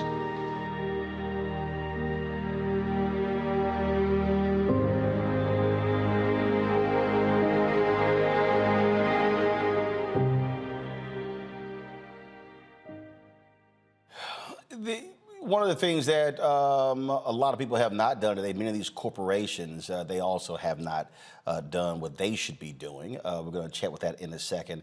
Karine Jean-Pierre, who was the White House press secretary, also spoke about the death of George Floyd at today's White House press briefing. So before I go into questions, I just want to say a couple of words about George Floyd. Today, 3 years after the murder of George Floyd, President Biden paid tribute to George Floyd, his family, and advocates who have fought tirelessly for reform and accountability measures. This morning, the president also vetoed a congressional Republican-led disapproval resolution that would have nullified crucial police reforms, many enacted in the District of Columbia on an emergency basis in 2020 after George Floyd's murder, such as banning chokeholds, setting important restrictions on use of force and deadly force, improving access to body-worn camera recordings, and requiring officer training on de-escalation and use of force. The president has repeatedly said we have an obligation to make sure that all people, all Americans are safe, and that public safety depends on public trust. It is a core policy of this administration to provide law enforcement the resources they need for effective accountability, community policing. And that's why last year the president signed an executive order on advancing effective accountability, accountable policing, and criminal justice practices to enhance public trust, public safety, which requires federal law enforcement agencies to do the following: ban chokeholds, restrict no-knock warrants, mandate the use of body-worn cameras, implement stronger use of force policies, provide de-escalation training, submit use of force data to the FBI's use of force data collection, submit officer misconduct records into a new national database, and restrict the transfer of military equipment to local enforcement agencies. The administration has made significant progress implementing these goals as detailed in a White House fact sheet issued just this morning. But we know that achieving comprehensive and lasting change at the state and local levels requires Congress to act. So today, once again, President Biden is urging Congress to pass meaningful reform legislation, including the George Floyd Justice in Policing Act. It is up to Congress to send this to his desk, and once they do, he will sign this law. So the thing that we are still looking at here is we're still looking at how all these different corporations out here made all these different promises, not being held accountable. Yesterday, I told you what Mark Morial, president and CEO of the National Urban League, said when these companies, they should be held to account. I want to talk about that when we come back because, again, that doesn't happen unless there's pressure. Let me just be real clear, y'all. See, some of y'all been asking me, man, why you go so hard on these people when it comes to black-owned advertising? Because they ain't doing what they supposed to do unless they feel this heat. You cannot show me in American history where America and corporate America did the right thing because it was the right thing. Rarely has it happened. Rarely. Most of the time, it's because of black pressure? We're going to discuss that next right here on Roland Martin Unfiltered on the Black Star Network. On the next Get Wealthy with me, Deborah Owens, America's Wealth Coach, the wealth gap has literally not changed in over 50 years, according to the Federal Reserve. On the next Get Wealthy, I'm excited to chat with Jim Castleberry, CEO of Known Holdings. They have created a platform, an ecosystem to bring resources to Blacks and people of color so they can scale their business. Even though we've had several examples of African Americans and other people of color being able to be successful, we still aren't seeing the mass level of us being lifted up. That's right here on Get Wealthy, only on Black Star Network. Coming up next on The Frequency, right here on the Black Star Network, Shanita Hubbard. We're talking about the ride or die chick. We're breaking it down. The stereotype of the strong Black woman. Some of us are operating with it as if it's a badge of honor. Like, you even hear Black women like aspiring to be this ride or die chick, aspiring to be this strong Black woman trope at their own expense. Next on The Frequency, right here on the Black Star Network. I'm Faraji Muhammad, live from LA. And this is The Culture. The Culture is a two-way conversation. You and me. We talk about the stories, politics, the good, the bad, and the downright ugly. So join our community every day at 3 p.m. Eastern and let your voice be heard. Hey, we're all in this together. So let's talk about it and see what kind of trouble we can get into. It's The Culture. Weekdays at 3, only on the Black Star Network. This is Diala Riddle. What's up, y'all? I'm Will Packer. I'm Chrisette Michelle. Hi, I'm Chaley Rose, and you're watching Roland Martin Unfiltered.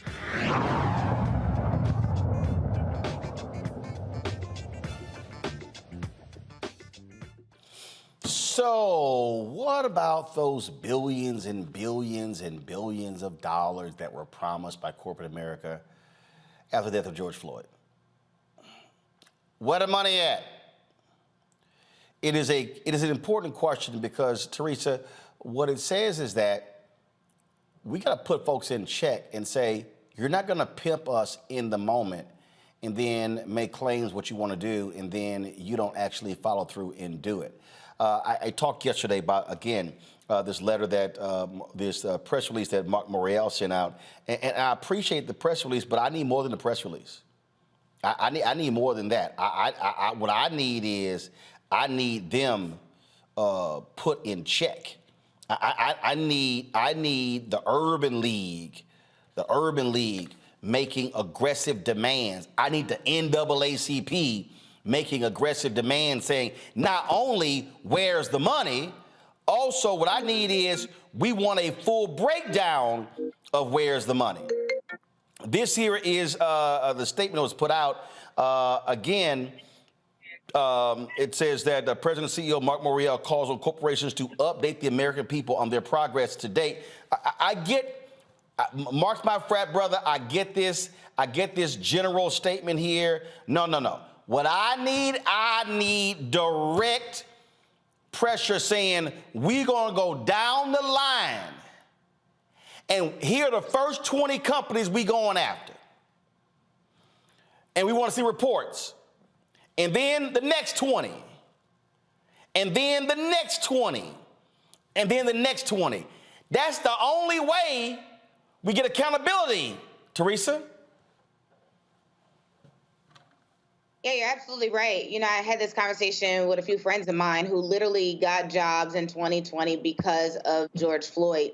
And as appreciative as they were to go into an organization and try to figure out how to change it and make it better, they are now in a place where the corporation has now said, how can we utilize your services in other areas in the company? So the focus is no longer, you know, how do we figure out DEI? How do we figure out racial equity? And that's almost the problem because we're almost going back to basics. And so when companies and corporations and, you know, try to figure out, you know, why their consumers is not doing what they need to do in order to buy their product or to be supportive is because their dollars aren't being spent. It's the same thing you've been saying since the beginning, Roland, but you can see that change. If it hasn't been spent with Black and brown communities, then you will, obviously the corporation fails, but also the entire mission of why they even started it also fails. Go to my iPad, Anthony. I mean, look at this right here, Tommy.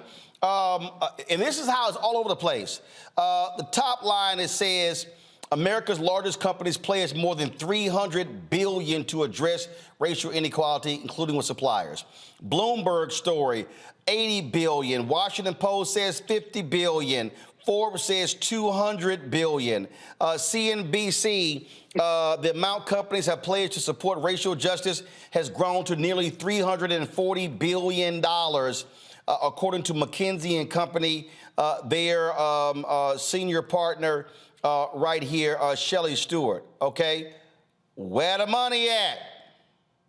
Yeah, no, and I think you've put your finger on it. And, you know, my beat is the media, and you know, a big part of the problem is out of sight, out of mind, and the media is getting less diverse, not more diverse. And so that's why, you know, you look these stories up, you're finding them on the websites. You're not hearing them talk about this on CNN. You're certainly not hearing them talk about it on Fox News unless it's to complain about too much diversity. And, you know, you don't really hear about it on MSNBC enough either. And it's like a vicious cycle. You know, the media is too white, and then the media keeps being too white, you know? Here's what gets me, Greg. This is from the CNBC story. Go to my iPad. It says here, this is Shelley Stewart being quoted. You see dollars flowing across the list of what I call human development needs that are very acute in the Black community. In many ways, the pledges are targeted in the right areas. Still, it has been a challenge to meet such ambitious goals when it comes to deploying capital. No, it's not. It ain't hard to deploy the capital. Greg, I'm telling you, I'm dealing with this right now. All of these companies have been pimping the hell out of Black people, spending virtually no money with Black-owned media. That's right. We start calling folks out, and all of a sudden, they start admitting, yeah, we were spending less than 1%. Ad Age broke down that it has doubled since the death of George Floyd. The spending has doubled to 1.16% out of $322 billion spent in advertising. And we get it all the time. Oh, well, we don't know. Well, what do we buy? You buy the same shit y'all buy on Fox News. I sat there and I recorded. This was on May 16th. Matter of fact, let me just pull up right here. Just so people know, I'm sitting here. I wanted to see, because, you know, everybody be lying. Everybody just be lying, you know, what they do. And I sent it to my team. And I saw the Chevy Colorado ads. But General Motors told me they can't run their ads on this show. Because we do opinion. But they ran on Martha McCallum's show. The Cosentex drug. Yep, I saw those ads. I saw, watch this here. I saw BlackRock commercials on Fox News at 8 p.m., all opinion. I saw the Chase Freedom Unlimited Visa. I saw Keytruda from Merck. I saw the Nutrisystem commercials. I saw the Visa Inc. card from JP Morgan Chase on the 5. I saw Subway. I saw Mercedes-Benz certified pre-owned vehicles. They were a billboard sponsor of a segment on the 5. I ain't seen no Mercedes ad anywhere near Black Star Network. I ain't done. Let's see here. Let's see. Jesse Waters' show. Novo Nordisk ran an Anthony Anderson commercial on diabetes. Wow. Mm-hmm. Who was that? Hold up. I saw the same ad run on Laura Ingram's show. Anthony Anderson? Anthony Anderson, Novo Nordisk's Get Real About Diabetes.com ad. And I'm sure her audience is paying attention to that black man. But these folk claim it's hard to deploy the Capitol. Well, Roland, we know what it is. You have made pitch after compelling pitch to all these advertisers 3 years ago when they thought that we were going to remake the entire world. They were running to throw money to stop that from happening. Small money. Small money. And unfortunately, too many of us got caught up. Not just the folk who got DEI jobs who don't have them anymore. Mm-hmm. I sat here when the world was on lockdown and must have talked to a half dozen companies. Adobe, I'm not even going to name them all. And in most of those cases, they were like, well, we'll pay you. And quite frankly, I am, look, I don't make a lot of money, but that's okay. I'm not getting caught up in the money. Because what I realize is the same people who worked there before George Floyd was killed were working there in June, July, and August 2020 and were scared to death. And we're talking about what they were going to do and how they were going to do. Those people still working at those companies, by the way, that are reporting record profits as a result of profit engineering during the pandemic and after. These companies have made more money in the last 3 years than they have made before, including the financial institutions, the JP Morgan Chases of the world and so forth and so on. And last I checked, TD Jakes is in bed with Wells Fargo. Where are their advertisements, TD? I know you're an employee. Don't even try to act as if you're not. But it comes down to this. Logic doesn't matter. If logic mattered, the Black Star Network would be extremely well resourced. And I think this is the challenge. We know that they're not going to do anything unless they feel threatened. They felt threatened 3 summers ago. And at that moment, we saw a glimpse of what begins to be possible. Since then, they have held their breath, tiptoed past the graveyard, and waited on us to go back to sleep. So as a result, the Black Star Network continues to build on small donations, on folk coming together to fund the kind of content that is here, the programming here, you won't see anywhere else. And of course, those advertisers won't even run an ad on diabetes featuring a black man on this network. They'd rather run it on the network of a white nationalist, an open white nationalist, which means nobody is going to watch. In fact, the N-word is probably hurled during those 30 to 90 seconds more on Fox than at any other time on Fox when Anthony Anderson pops up. But the simple fact is they're not going to give you the money until we make them. And while we're waiting on them to give you the money because we make them, you know what begins to happen? You wonder what will happen to the Black Star Network? What happened? What happened? Y'all didn't get in the street. And guess what? They put up their middle finger as they continue to pay their stockholders record dividends because they don't give a damn about you. And their answer to your pitches is make us. Tommy, that's just really what it boils down to. And look, yep. and Tommy, I'll be honest.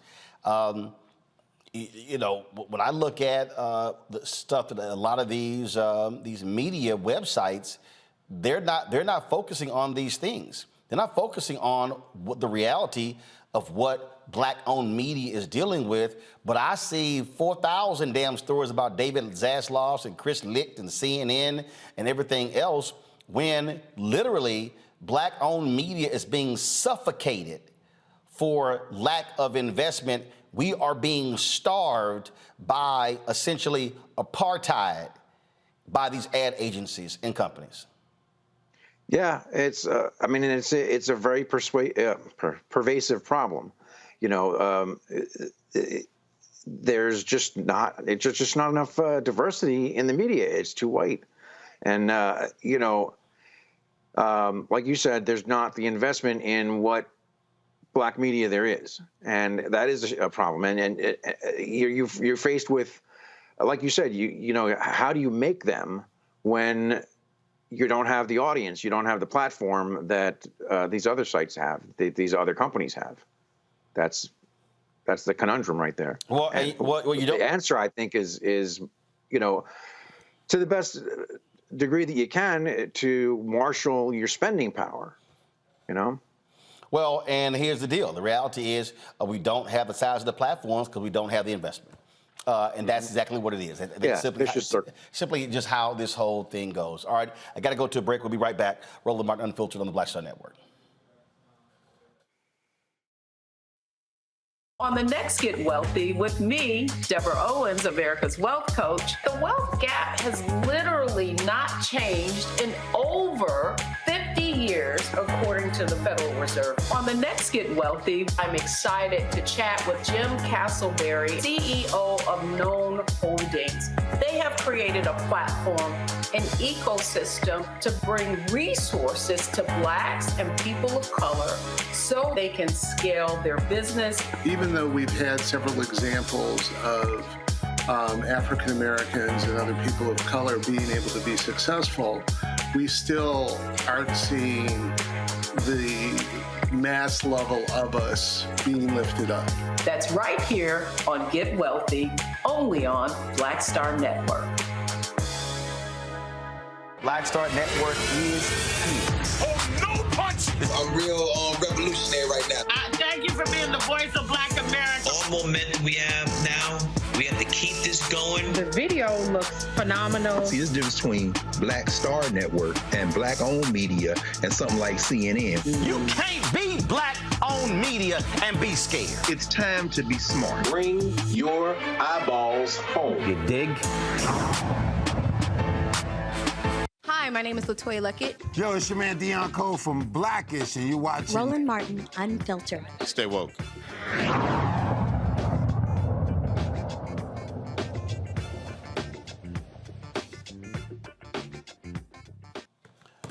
Now, y'all, there are some things that just tickle me to death. And I'm talking about that would just make me fall out and laugh. There was nothing better than yesterday than hearing that human trash, Marjorie Taylor Greene, as she stood at the lectern as the speaker of the day, whatever the hell they call it, actually having the audacity, the unmitigated gall for this white nationalist to actually say this.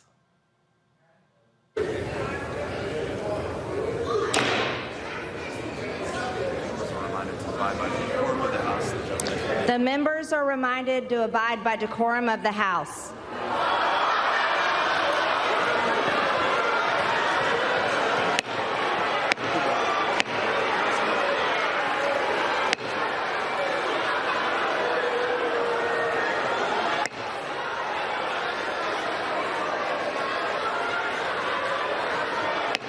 The House will be in order.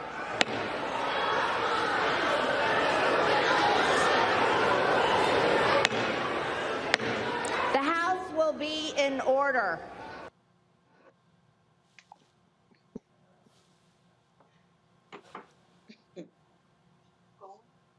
I'm sorry. Run that back again.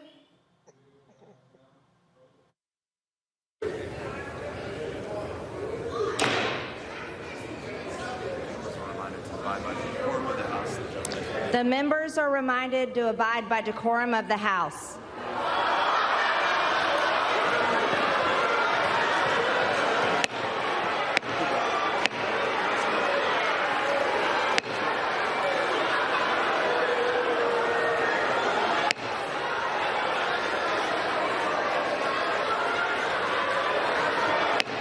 The House will be in order.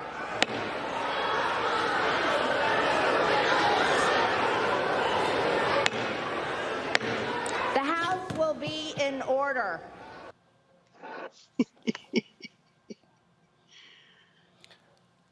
So the fool who's standing up there saying, the house will be in order.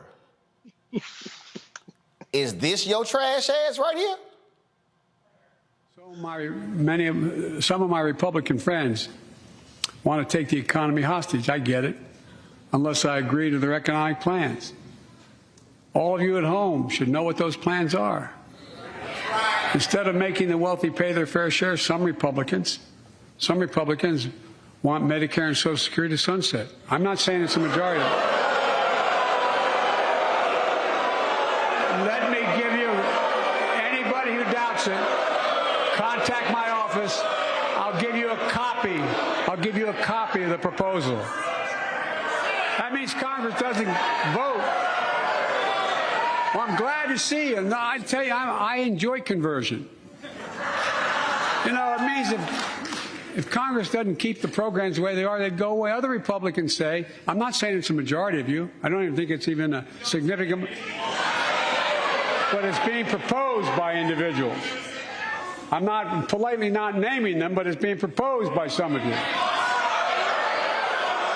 Look, folks, the idea is that we're not going to be moved into being threatened to default on the debt if we don't respond. Folks,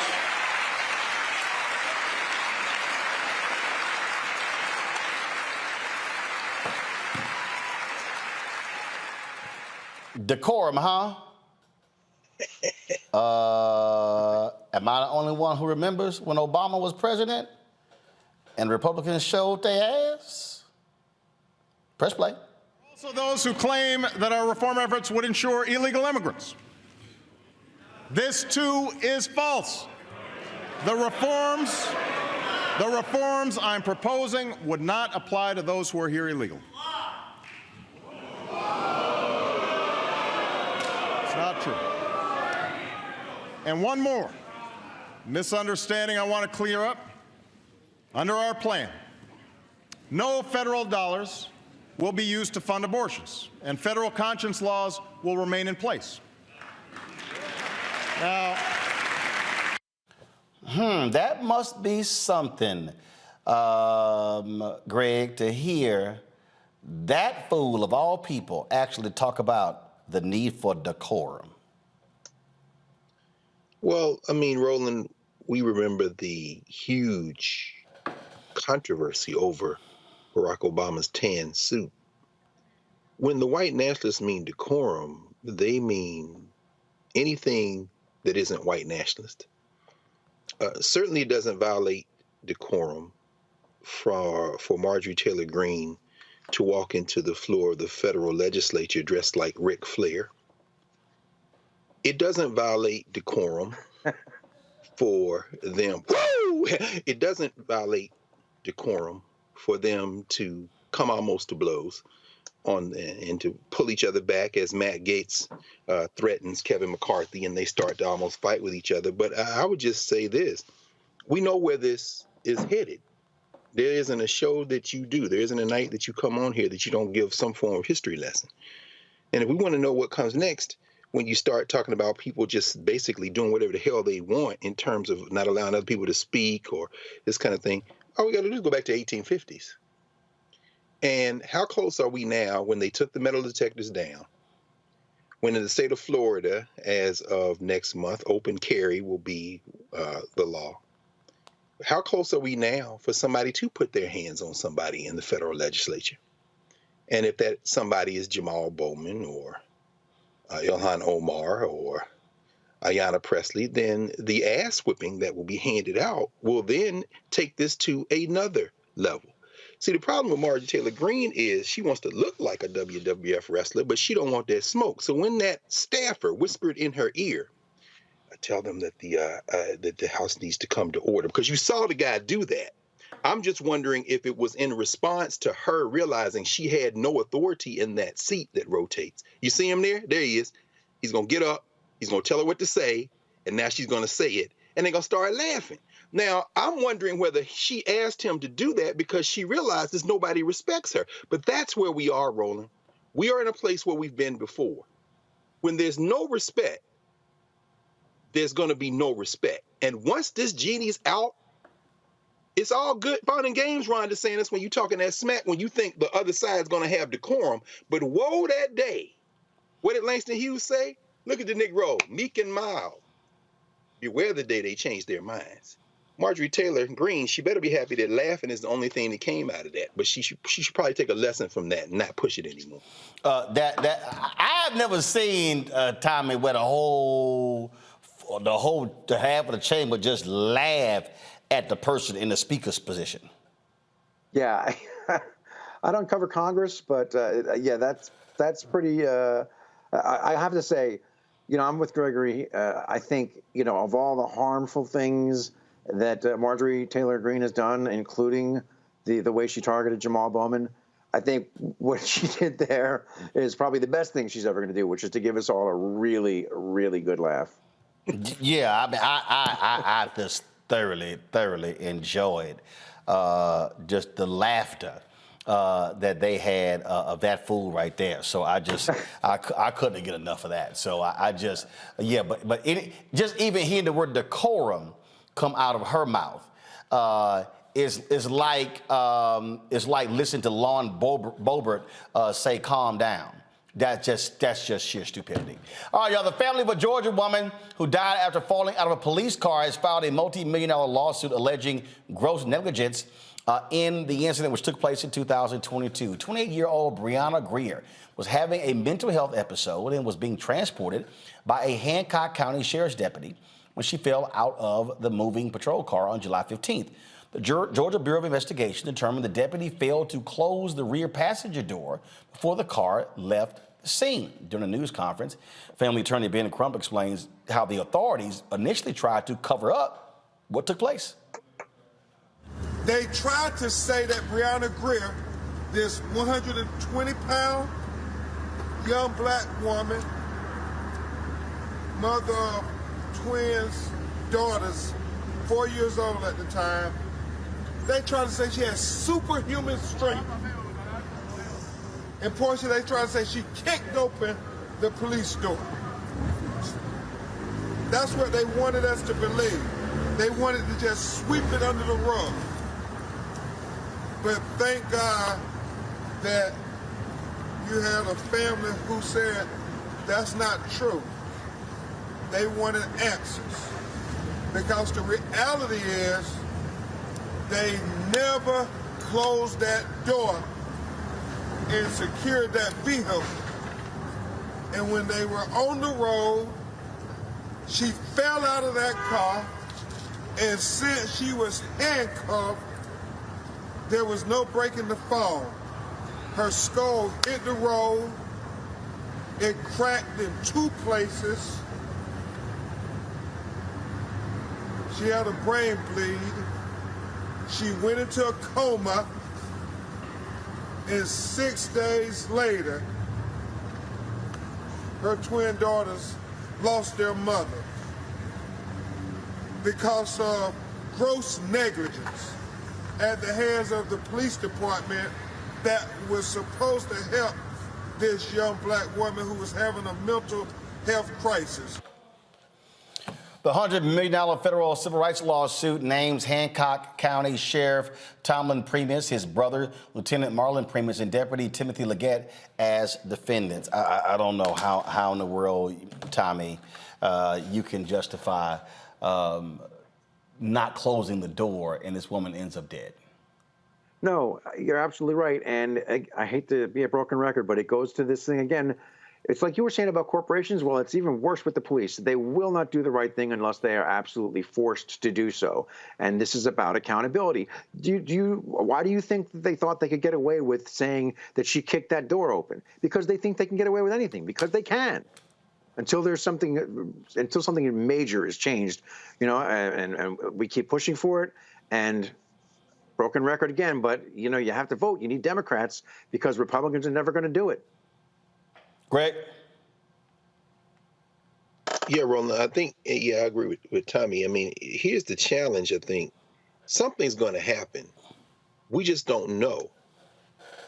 Certainly, we saw with the death of Martin King, the people in our communities, over 100 cities in this country, for whom civil rights legislation had not changed the material conditions of their lives, they burnt the cities. The fact that there's more police body cam footage now than before.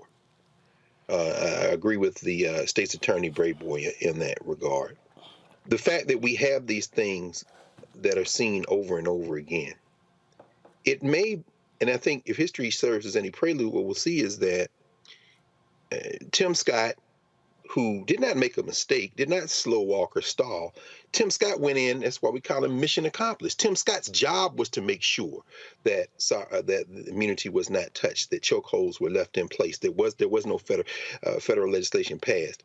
The fact that people didn't show up, as you say, at his announcement and overwhelm the announcement with cries for what he did, that is one way of showing the reaction. Another way of showing the reaction is that when someone is stopped and they've seen enough of this footage, they don't give the police an opportunity to kill them.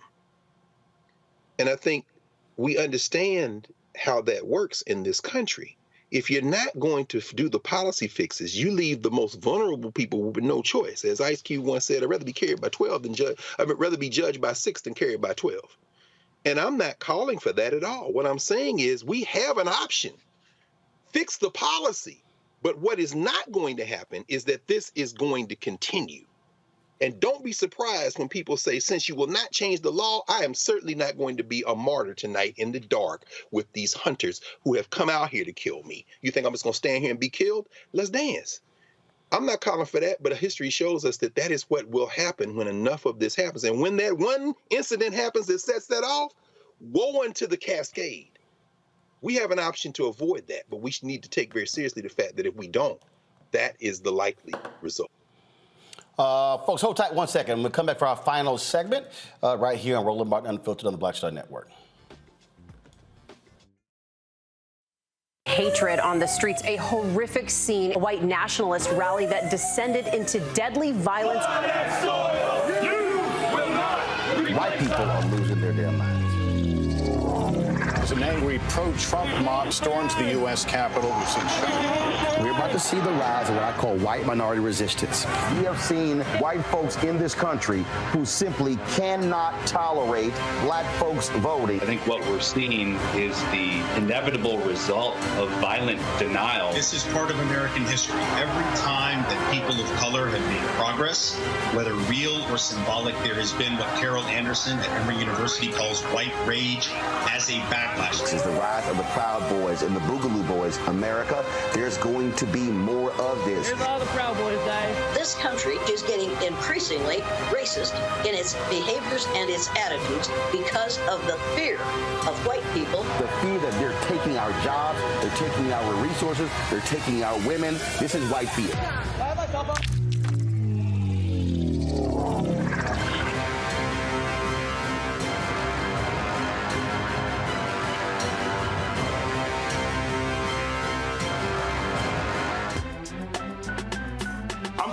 Muhammad, live from LA.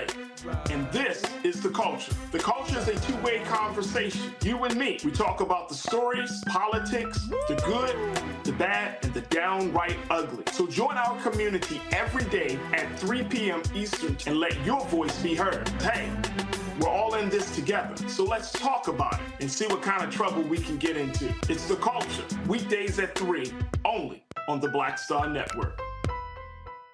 Peace and love, everybody. I'm Purple Wonder Love. Hey, I'm Donnie Simpson. What's up? I'm Lance Gross, and you're watching Roland Martin Unfiltered.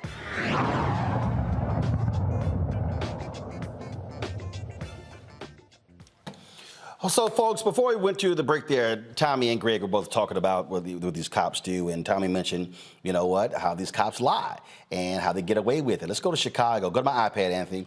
More than 100 Chicago police officials kept their jobs after making false statements despite department's you lie, you die rule.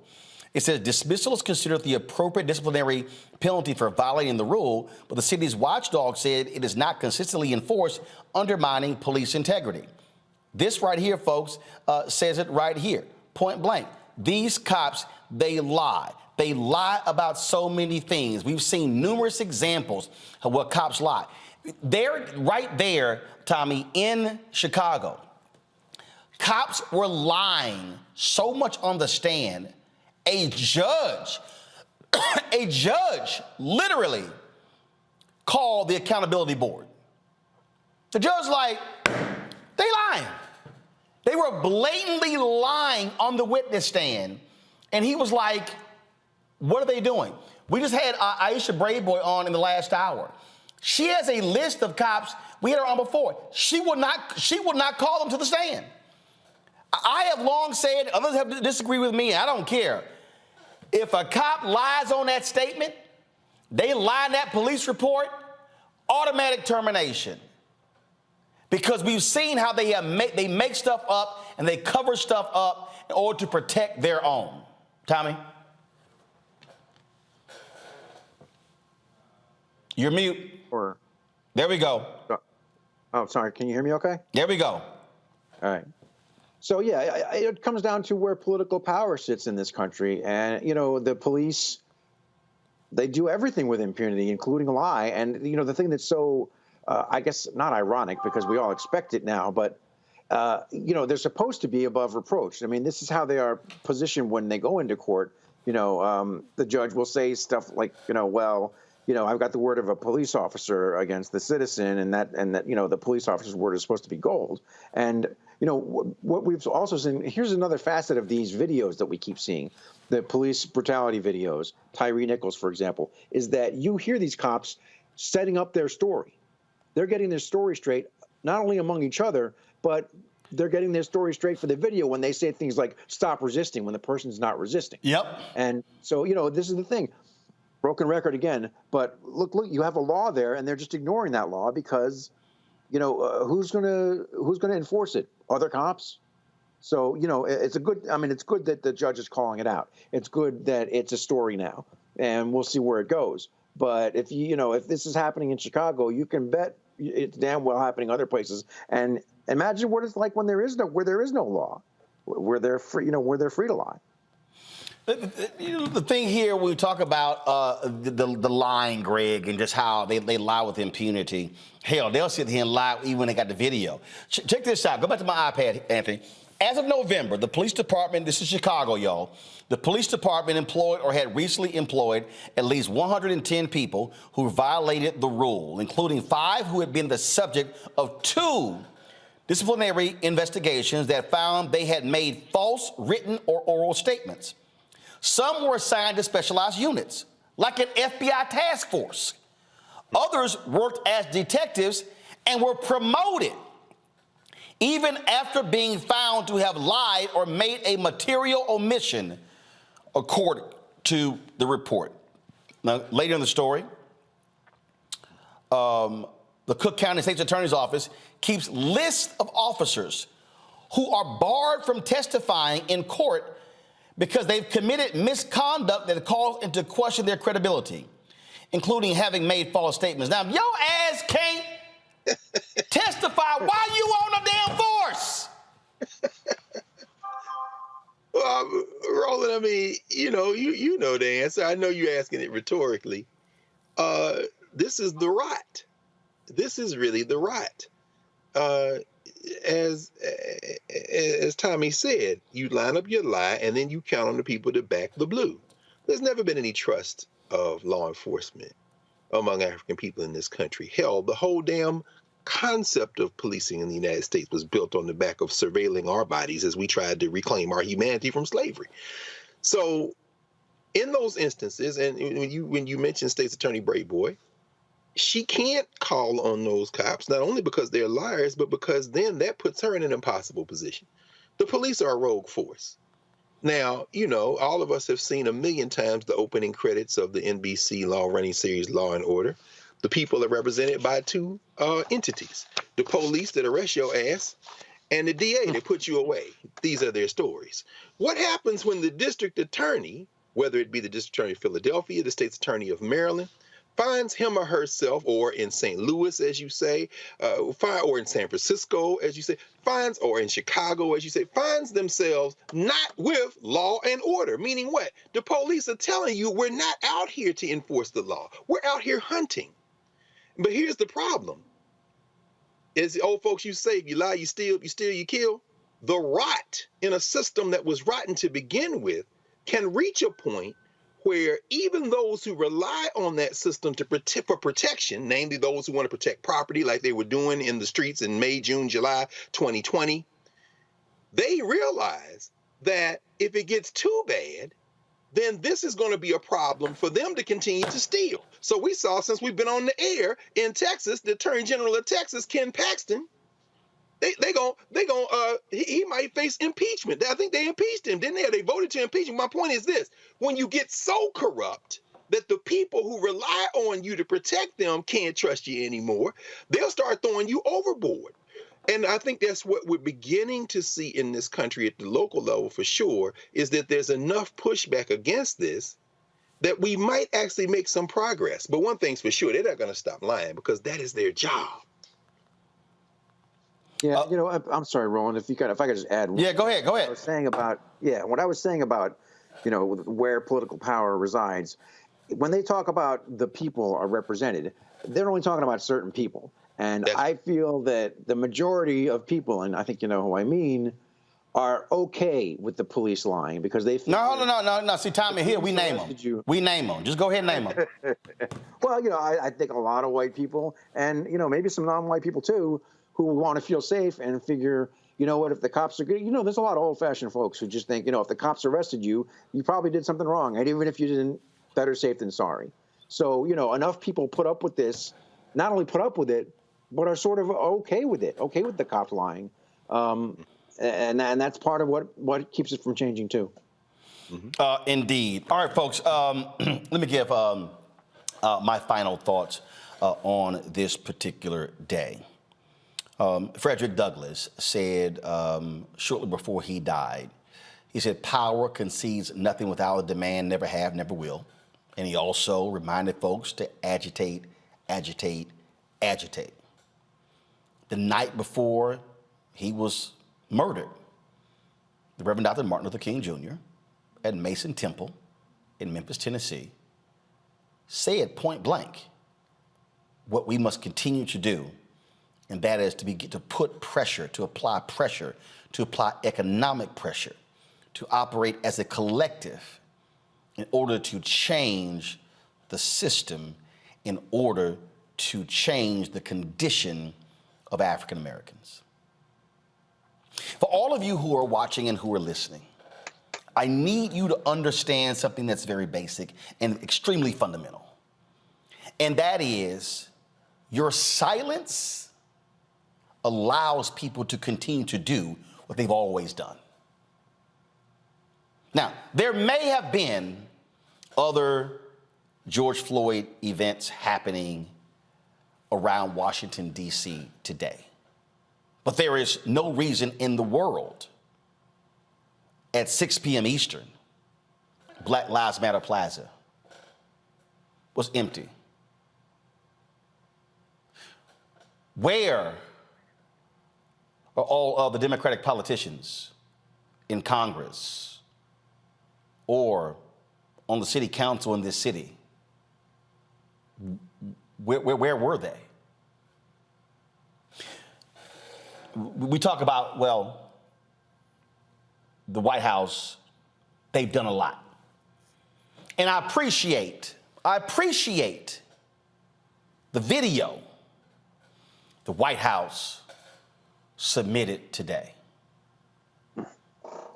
But are you telling me that would have been more powerful than either Biden or Harris or Merrick Garland standing in Lafayette Park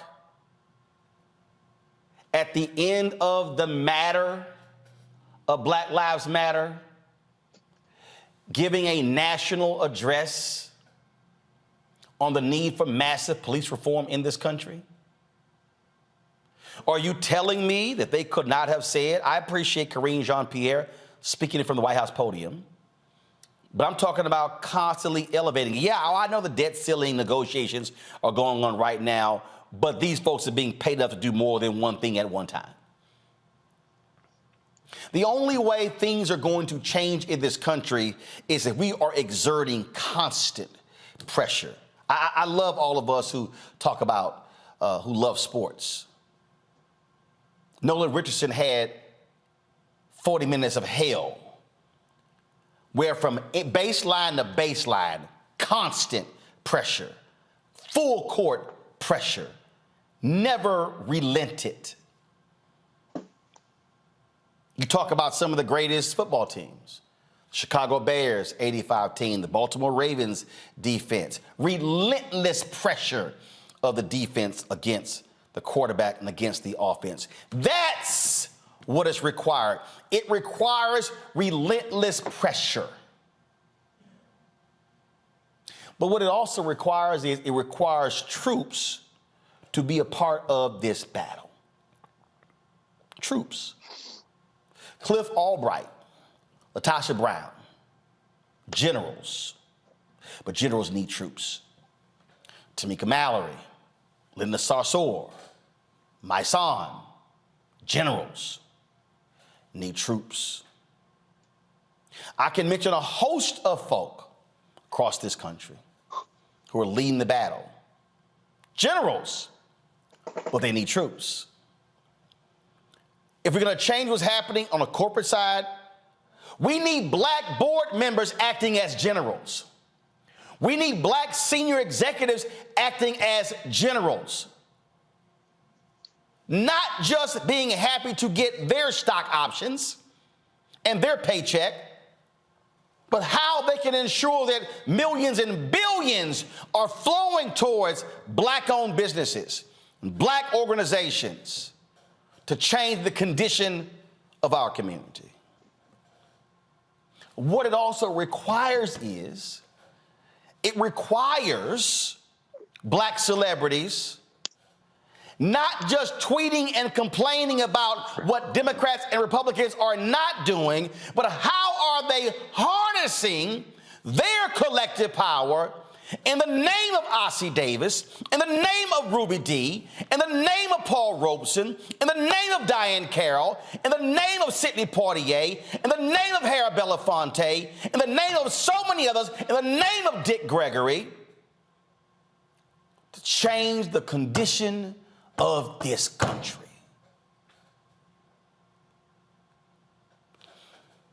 Anniversaries are supposed to be seen as recommitment days. When a married couple renews their vows, the intent is for them to remind one another why they got married in the first place. That's why it's called the renewing of the vows. And so if we're talking about the third anniversary of the death of George Floyd, if we're talking about the anniversary of the death of Trayvon Martin or the day George Zimmerman was found not guilty, if we're talking about MLK's birthday or the date that he was assassinated, or Malcolm X's birthday or the date that he was assassinated, if we're talking about Fannie Lou Hamer or Constance Baker Motley or any Septima Clark or any number of the people who came before us, it is going to require us to renew our commitment to the struggle. Because what this generation cannot do is simply sit on our collective asses and complain about the conditions of this country and our states and our cities and then do nothing. So the NAACP and the Human Rights Campaign have issued travel advisories for the state of Florida. And I understand why. But what I want to know is, where is HRC and the NAACP's education initiative to change school boards and to run folk and to elect folk and to organize folks? Where's that plan? We've invited Derek Johnson, the president and CEO, on this show to discuss the travel advisory. But I want to know, where's the plan for 2023 and 2024? I read the statement of Mark Morial, the National Urban League, calling on companies to recommit themselves to the donations they made. But I want to know, where's the accountability plan? When I see the plan, when's the meeting? Who we meeting with? Who we're challenging? And then, are we coming back to Black America and coming to Black-owned media and telling Black folks who answered the call, who didn't answer the call, which then should tell us who we should be supporting? At some point, we have got to stop having performative days of sadness and use these days to serve as bonfires that light us up and fire us up to demand change. As long as there is breath in your body, there's something you can do. The question is, are you prepared to do it? And it's only a question you could ask and answer. You know what we are going to be doing. I love that scene from Scandal. Man, Joe Morton says to Olivia, come hell or high water, you leaving? And he said, I am the hell and the high water. Let me be perfectly clear.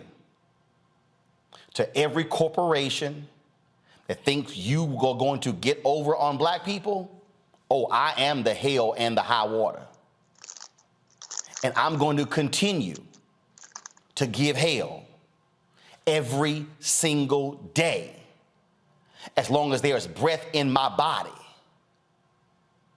And when I'm not here, I want these videos to still be ringing in your ear. Almost done. That's how change happens.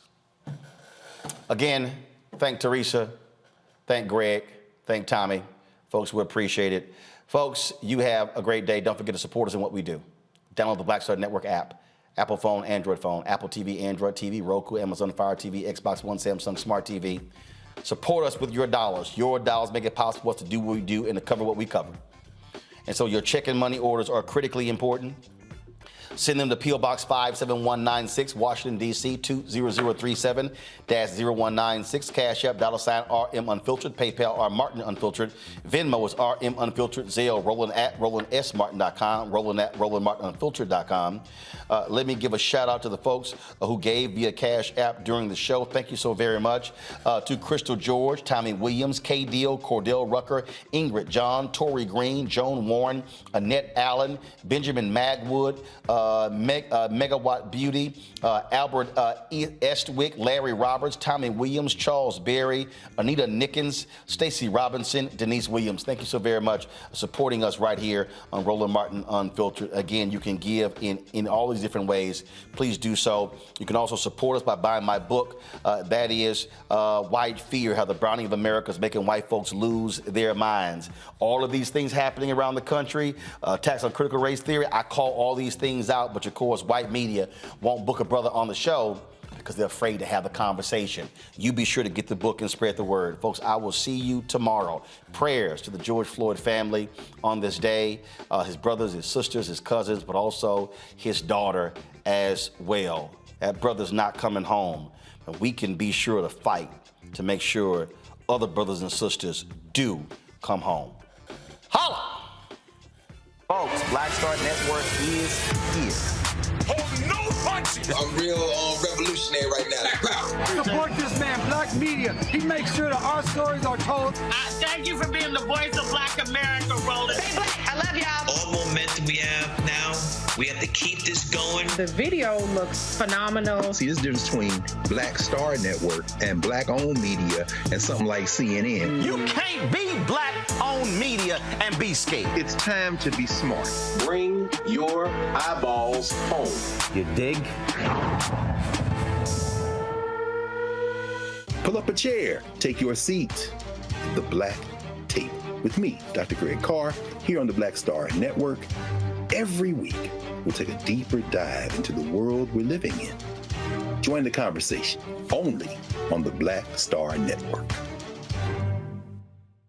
Hi, I'm Dr. Jackie Hood Martin, and I have a question for you. Ever feel as if your life is teetering and the weight and pressure of the world is consistently on your shoulders? Well, let me tell you, living a balanced life isn't easy. Join me each Tuesday on Black Star Network for A Balanced Life with Dr. Jackie.